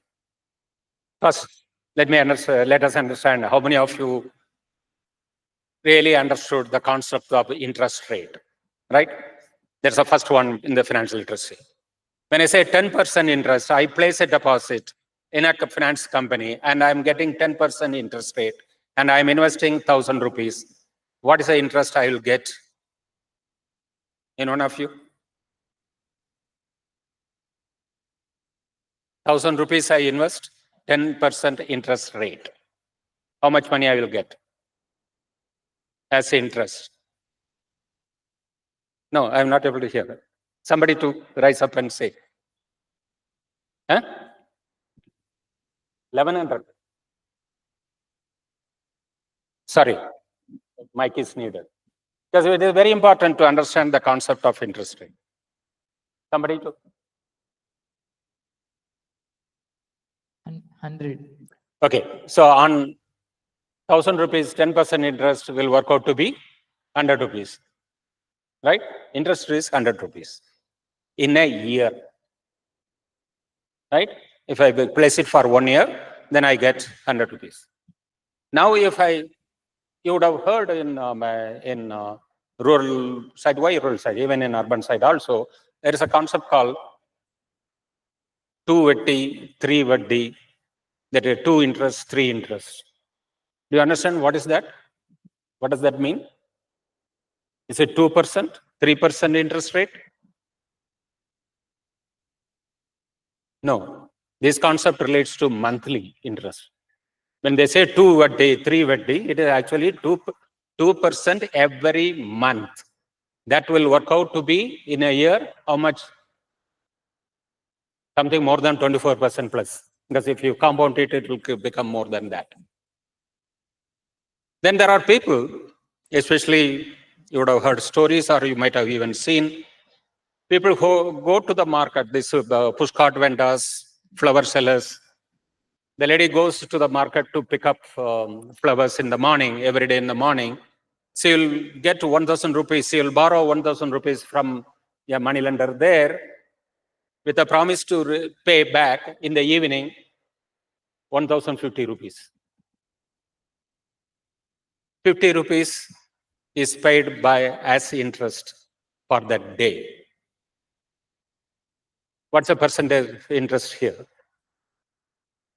Is it 5%? So for every 100 rupees, 5 rupees is charged. It is not 5%. It is 5% for a day. So when you work out the yearly interest, 365 by 5. That's what is the interest they pay. Many people do not understand that when they get to 50 rupees, they pay 50 rupees, they think that 50 rupees interest they are paying. But in terms of interest rate, it is much, much higher. So these are the concept difference in the time, the period, the rate at which it is being done.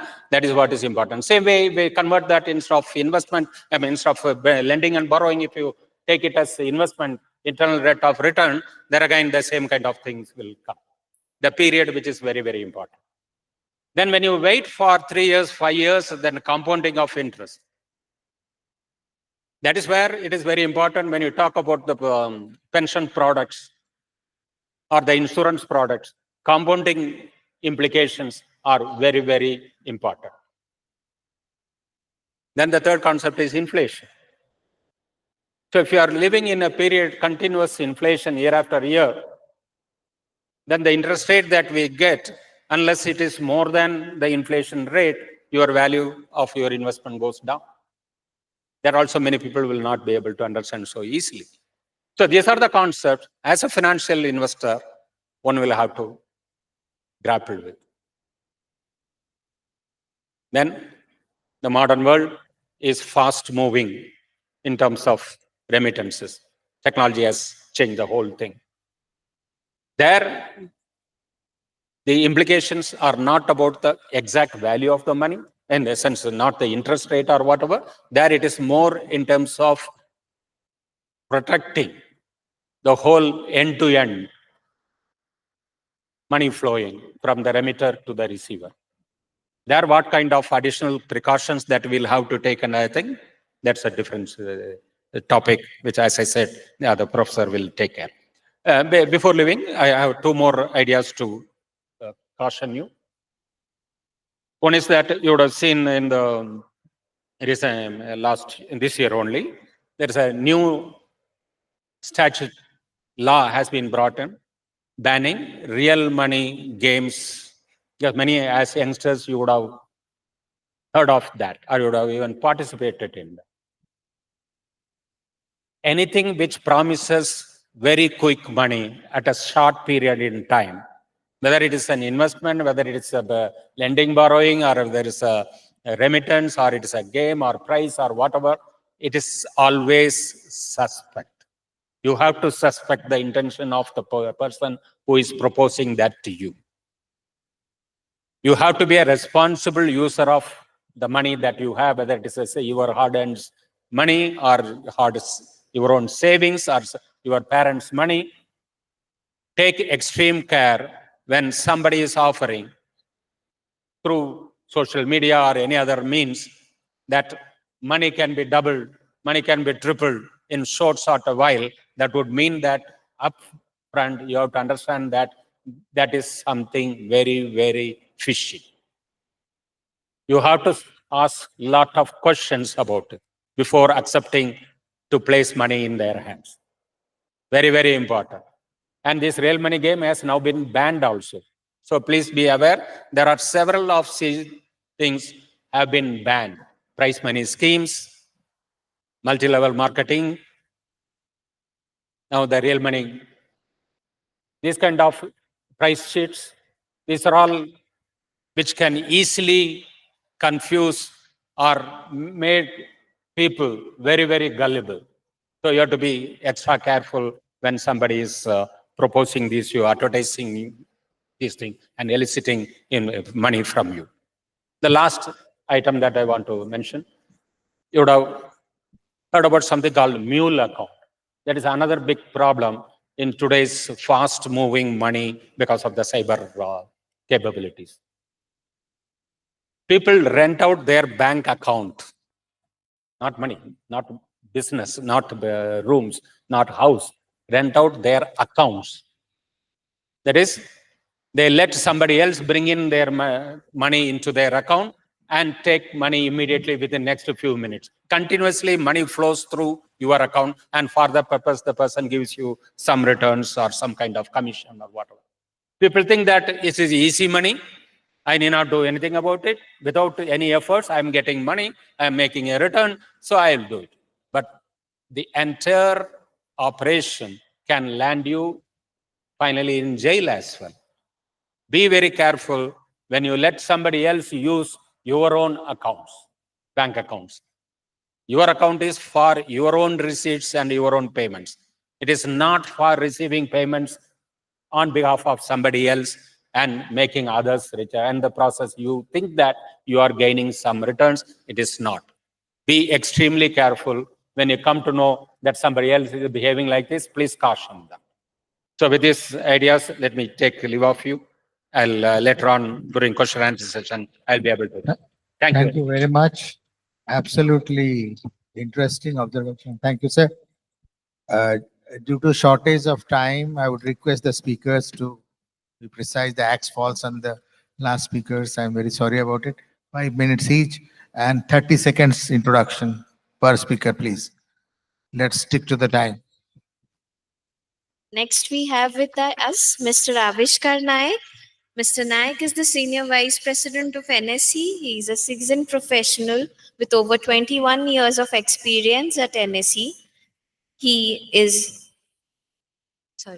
has been awarded from the Institute of Chartered Accountants at India of India at NSE India's premier stock exchange is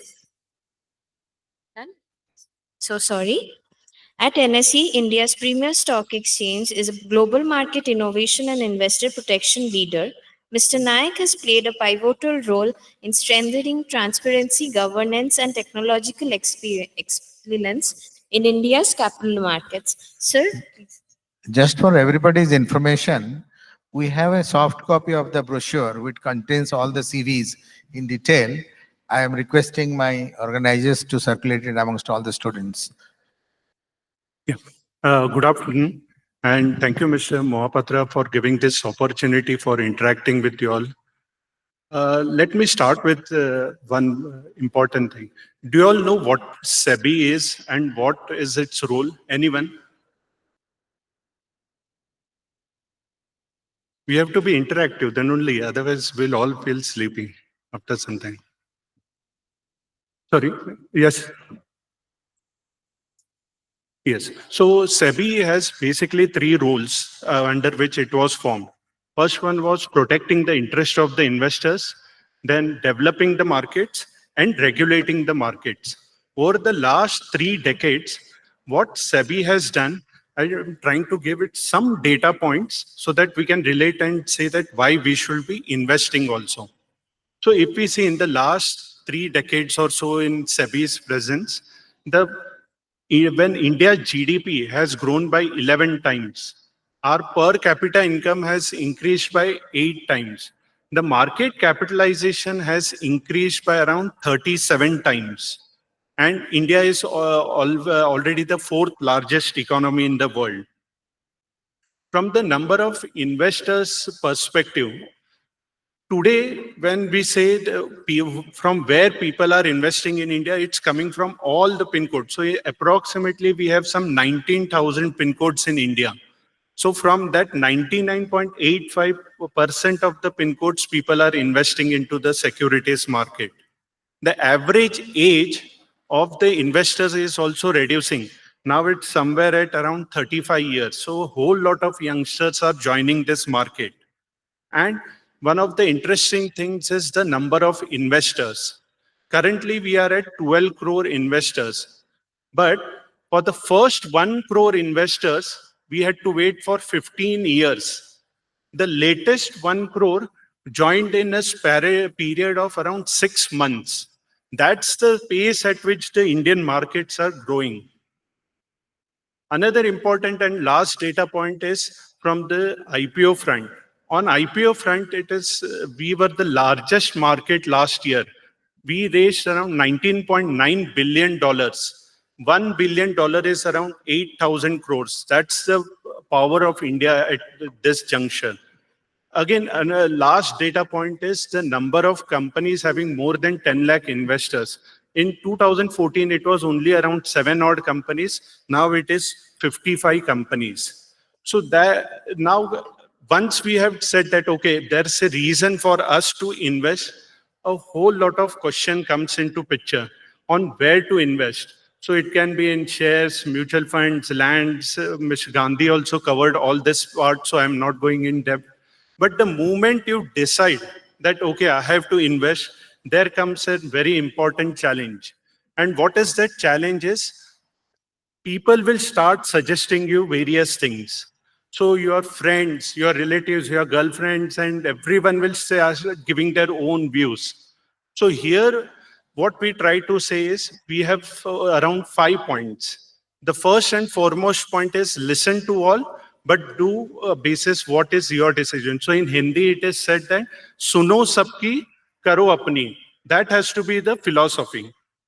Second is, you have to always think from invest in long term. Daily buying and selling is not investing, it's only trading, and then there will be some negatives attached to it. Then you have to always keep patience when you are investing in the market. There's a saying in this case that market is a place where money is transferred from an impatient to patient. So history has shown us that if you are patient in the market, then you earn in this market. Then there are two other important things is, One is you have to not panic. We all have seen what has happened in COVID. Recently, we have seen Operation Sindoor. If you were patient, you were not panicky, then you would have earned something. But if you were panicky, then you would have lost money in such markets. And the last and most important thing is when you start investing, you have to know what is your risk profile. You cannot be like the giraffe in this case, in the sense who is suggesting everyone to come into the pond because it's not deep. This diagram or this picture can also be called as the circle of competence, in the sense you should be knowing where you are investing. Now, once you have started investing, what typically happens is India has many things which make us proud. One of the important things is the way we have started using technology. And along with technology, it brings about a lot of people who try to manipulate, create unfair trade practices. So what SEBI has done is they have identified the top 8 unfair trade practices, and a whole lot of publicity campaign, information campaigns keep on happening in this particular context. So these are the 8 areas in which maximum people are getting defrauded. So can someone tell about what this deep fake videos are about? Anyone? Deep fake videos, what they do? Yeah.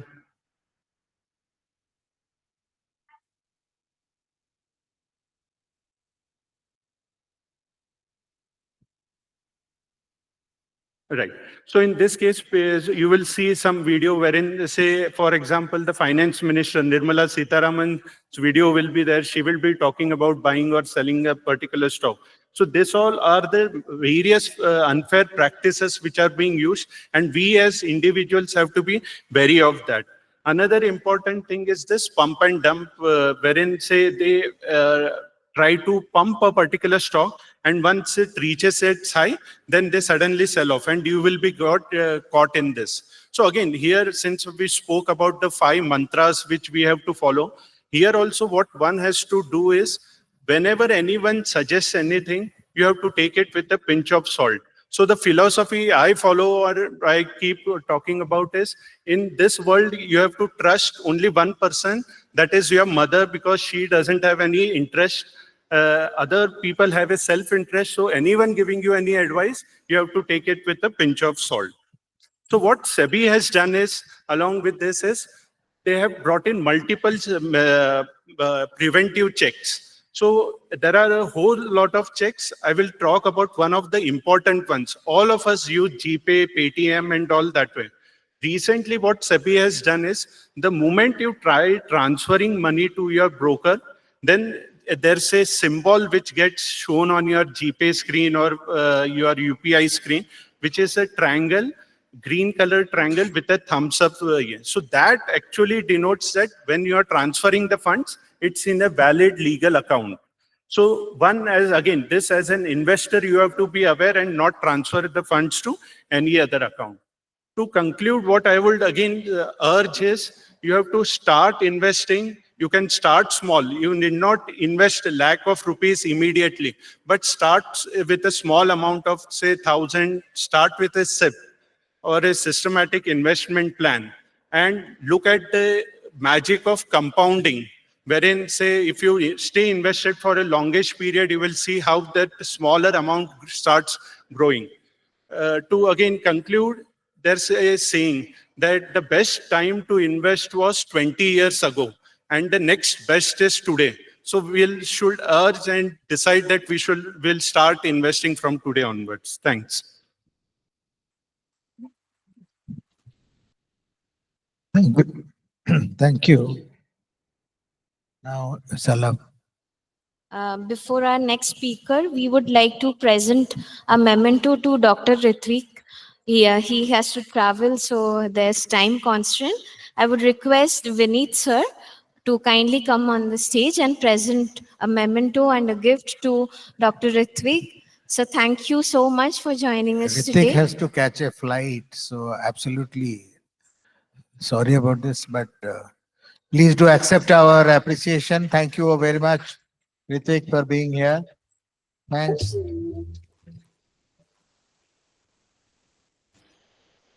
Thank you very much.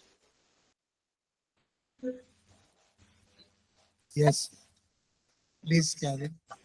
Thank you so much, sir, for joining Thanks. us today. Thank you.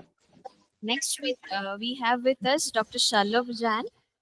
Dr. Shalabh Jain heads the security and privacy topics at the Center of Data for Public Goods at IISc. Prior to joining CDPG, he was a researcher at the Bosch Research and Technology Center in Pittsburgh. He has been actively working in the domain of security and privacy for automotive systems, cloud systems, and IoT networks. Sir, I would request you to kindly give your intervention. Okay. Thank you for the introduction, and thank you, Dr. Mahapatra, for having me here. Now, I can see everybody's getting a little restless, but bear with me for 5 minutes if you want to hold on to all the financial savings that you're going to get from the advice that you've heard so far. Okay? Now, I'm here not to scare you, but to actually show you how bad the situation can be. Okay? Now, since most of you are students here, we'll do a couple of show of hands sort of exercises. Okay? How many of you consider yourself to be security conscious? Raise of hands. How many? Okay, almost everybody. Let's do a quick test. If I show you these two pages for signing into Google, right? How many of you think the one on the left is the correct one? How many of you think the one on the right is the correct one? Okay. Everybody see the difference between these two? Let me zoom in a little. Okay. So the one on the left, you see that there's a different icon. The one on the right, if you see, has a not secure thing. Now, let me ask you this. When you go visit websites on your browser or on your mobile, how many of you have actually seen whether this symbol is there in your browser or not? All of you. Well, half of you voted for the left one, half of you voted for the right one. So it cannot be true, right? But so, okay, another one. How many of you have ever, you use Google Chrome? How many of you have gone and seen this prompt ever? So this sort of always use secure connections. How many? Okay, a few of you. Now, what happens is the two sites that I showed you, if you don't have this option enabled, the browser will never warn you. Okay, so we did a small experiment on this. In a tier 1 university, we made a free Wi-Fi hotspot. We called it university name _ guest. Everybody loves free Wi-Fi. We created a small trigger for them to sign into their Google account. So, you get a small freebie. And that redirected them through the Wi-Fi network to our fake Gmail server. In a span of 3 hours, roughly 100 people went by our booth. And for more than 10 people, we had their Gmail passwords logged in our database. Now, imagine what happens to you if you lose your Gmail password. What happens to your financial history? What happens to everything? So, not observing things that we are doing can actually be a huge problem. And I'm one of the good guys, I think. But there are people who are actually willing and waiting to take advantage of this. Right? In the interest of time, I'll skip over too many examples. But just in India, there are hundreds of examples of how websites which look similar but are completely different steal people's credit card data, financial information, money. Right? The app thing was mentioned earlier. Just in the interest of time, I'll skip over the app one. But if you were to, so this is an incident which happened within my extended family while I was playing IT support, over the weekend. So just last Saturday, somebody in my family was trying to download the HP app, and they went to the app store, and these options came up. Now all of them look like the HP apps. And if you've been using HP for a long time, you'll see actually the icon of the app that HP had a few years ago is actually the one on the bottom right. Okay. So they went and downloaded that. It asked them to pay a premium to scan and print their documents, which they did. So they lost money. So something that was free, they actually paid for it. Okay. Why did this happen? How many of us have actually, so when we download apps, there is a small publisher of the app within a Reddit box. How many have actually ever verified that or seen it or know of it? Good. You guys are doing a good job. So most people in our research actually don't look at it, don't even know that such a thing exists. And what happens? You can download a fake app which can steal, all your OTPs, which can have ransomware, which can sell useless subscriptions to you, essentially parting you from your hard-earned money. Okay. One more test. How many consider yourself to have good digital hygiene? Nobody. Wow. Okay. So this is simple. How many of you have shared OTPs, on WhatsApp when people ask, sir, main bahar khada hu, can you share your OTP? Nobody? Or how many of you have sent documents to be printed to your neighborhood shop and never deleted it? Your Aadhaar card to be printed to your neighborhood shop over WhatsApp? See, congratulations, your data just got leaked out into the world, right? This is how data leaks start. There, we are all TikTok generation here, right? For few video clicks. Now we all have people, they will come, they'll put a PAN card on, an Aadhaar card on PAN with their actual Aadhaar number and say, this is linking my Aadhaar card to my PAN. Well, congratulations, your data has been leaked, right? All of these PAN cards are actual real PAN cards, so you can go verify that. And people very comfortably put them on social media, right? So very willing to put our information out there. Somebody willing to put their credentials of Yes Bank. Sir, my account is not working on Twitter. Please help me. These are my credentials, right? All of us deal with social media, yet we don't practice hygiene because we don't know what social hygiene, what good digital, hygiene looks like. Now this is a big minister in the government, right? A few years ago. So this is 2018. I don't know if you saw this. This was a challenge thrown out. Here's my Aadhaar number. Do what you can do with it. Okay. So the internet community started just with the Aadhaar number. You could go down to actually getting the person's accounts, the pictures of their families, where they live, everything. Okay. So the amount of information which you can get from seemingly innocent pieces of information, right, or the amount of personal information that can leak is really, really large. And we need to be conscious of it. How many of you have used the same password for 2 sites?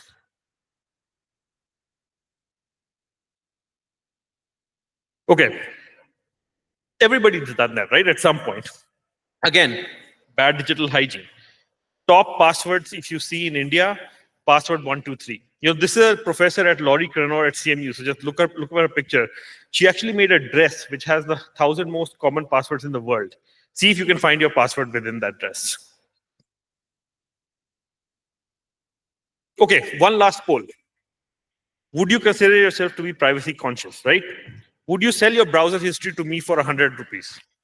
How many? Okay, a few there. 10,000 rupees. How many? Okay. Okay, let me ask you this. How many of you have actually, when you see this cookie banners pop up, actually gone to the effort of selecting decline our cookies or select only a few cookies? Few. If you have not done that, you have basically given your browser history to these companies for free, which you wouldn't give me for 10,000 rupees. Okay? So small practices which can leak a lot of information from us. Now, I will skip over the Aadhaar card, but has anyone, used Aadhaar virtual ID? Does anybody know what Aadhaar virtual ID is? Show of hands, how many people know? Okay, so just in the interest of time, I won't go into too much detail, but this is your homework for tonight. Find out what Aadhaar virtual ID is, activate it. Okay, It is a very nice feature that the government of India has given built in within Aadhaar, and let's all use it. Now, I mean, again, we're running a bit short on time, but there is a lot that is happening. But why is all this important for investor education, right? So you see, open any paper, you'll see 100 scams, 100 this happening. What is common? We expect the government to actually help us with everything. There is no government in the world which can keep its laws up to date with the pace at which technology is moving. There is no government in the world that can do that. Okay? And we as humans are actually the weakest link within the system. And until we actually educate ourselves, learn things, we will never be safe. Right? We expect companies to be good custodians.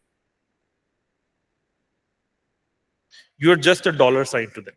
Right? So if you're expecting that companies will use best practices to actually, save us, help our, secure our data, that's never going to happen.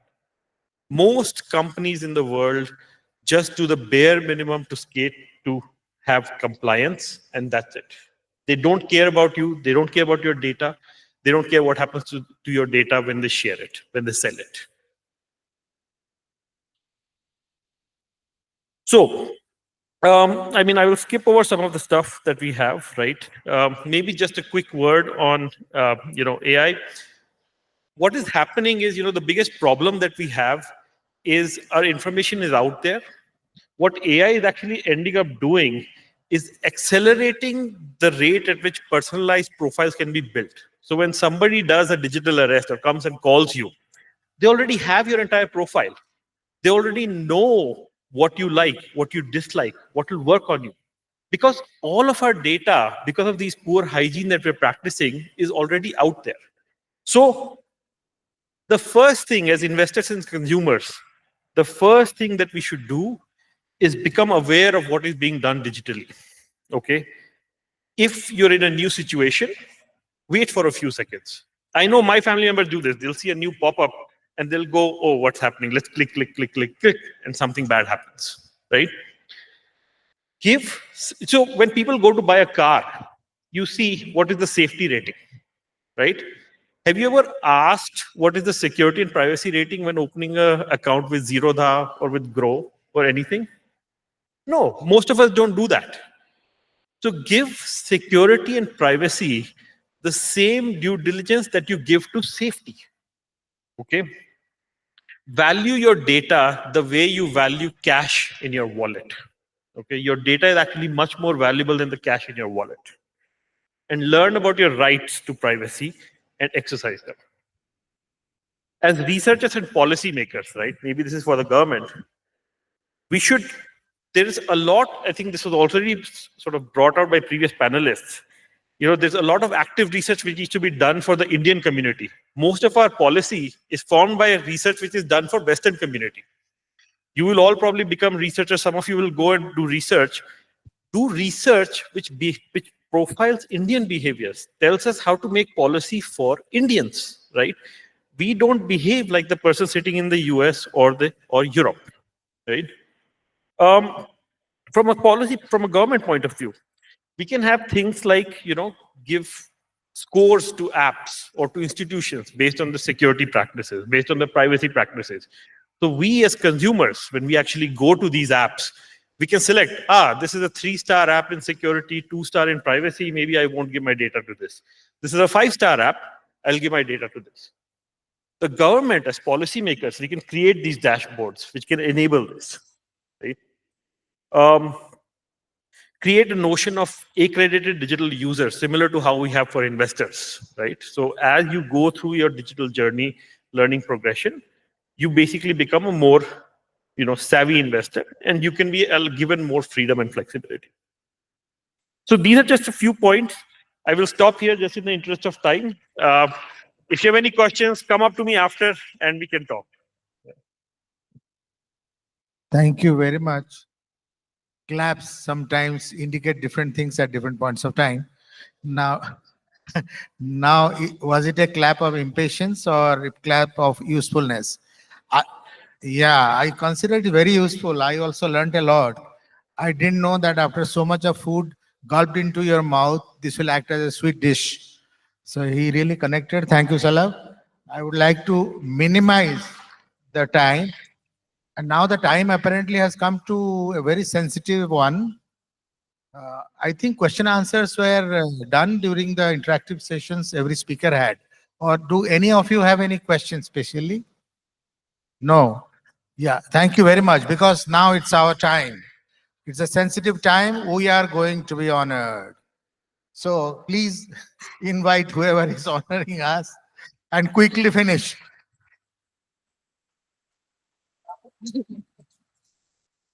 I would request Ms. Anika to please come.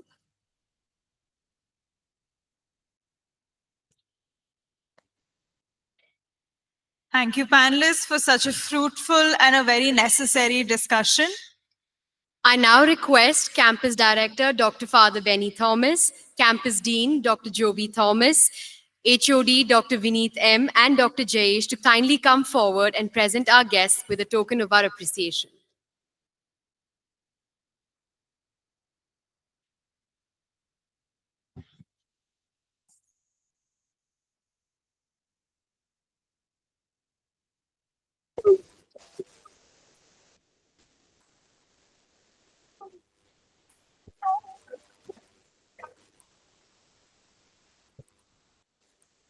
I request Father Director to kindly present Dr. C.S. Mohapatra and Sri R. Gandhi with a token of our appreciation.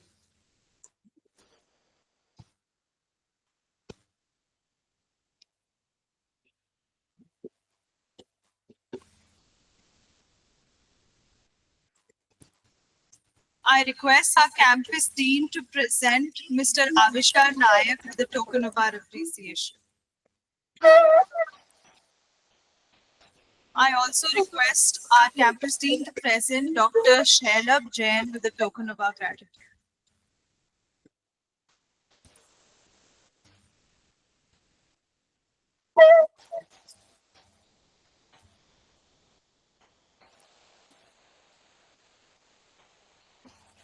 I request Father Director to kindly present Sri R. Gandhi with a token of our appreciation.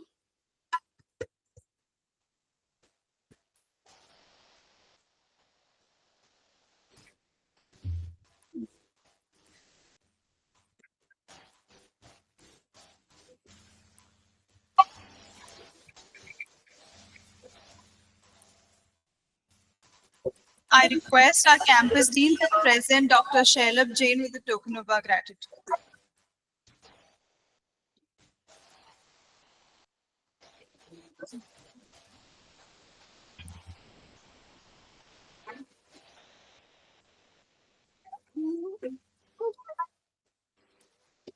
Thank you, dignitaries. Thank you, guests. I request you to kindly remain on the dais.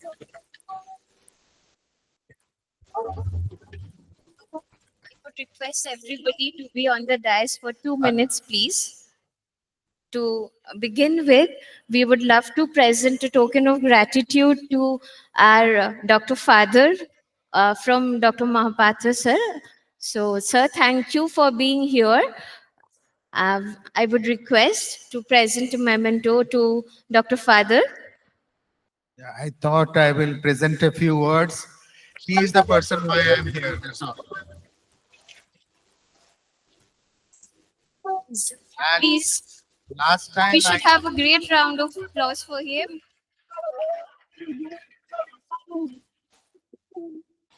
Last time I came for the keynote address of one international conference here. I met him in the corridor. I said, keep blessing me, I'll come next time. And he has really blessed. Thank you, sir.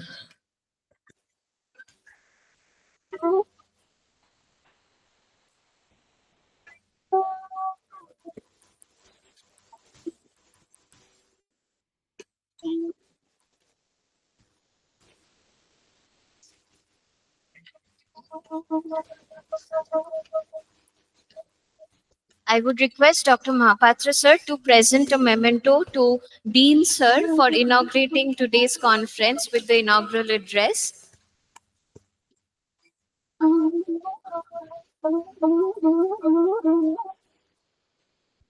I would request Mahapatra sir to present the memento to Vineet sir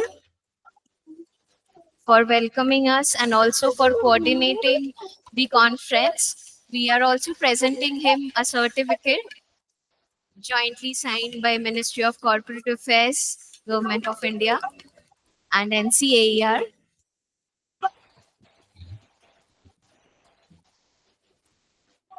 Lastly, we'll be presenting a memento to Jayesh sir for being one of the coordinators of this conference. Thank you, sir.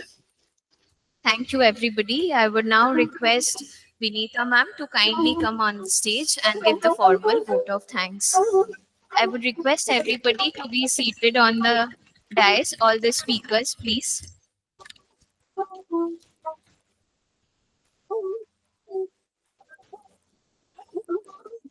A very warm good evening to all. It is my honor to deliver vote of thanks for this national conference on investor education strategies for Viksit Bharat, challenges and way ahead in this era. On behalf of Christ University, I extend my sincere gratitude to all distinguished dignitaries who enriched this event with their presence and insights. I express my sincere gratitude to Dr. Father Benny Thomas, Director, Christ University, Yeshwanthpur Campus, Dr. Father Biju Casey, Associate Director, Dr. Joby Thomas, Dean, Dr. Raghunath G, Associate Dean, for their constant encouragement, guidance, and unwavering support in making collaborations like this possible. Their vision and commitment to academic excellence continue to inspire and strengthen every initiative we undertake. I offer my deepest thanks to Lieutenant Colonel Aditya Sinha, General Manager, IEPFA of Ministry of Corporate Affairs, for his inspiring keynote address, which provided a strong and timely policy perspective on investor education in a rapidly digitalizing economy.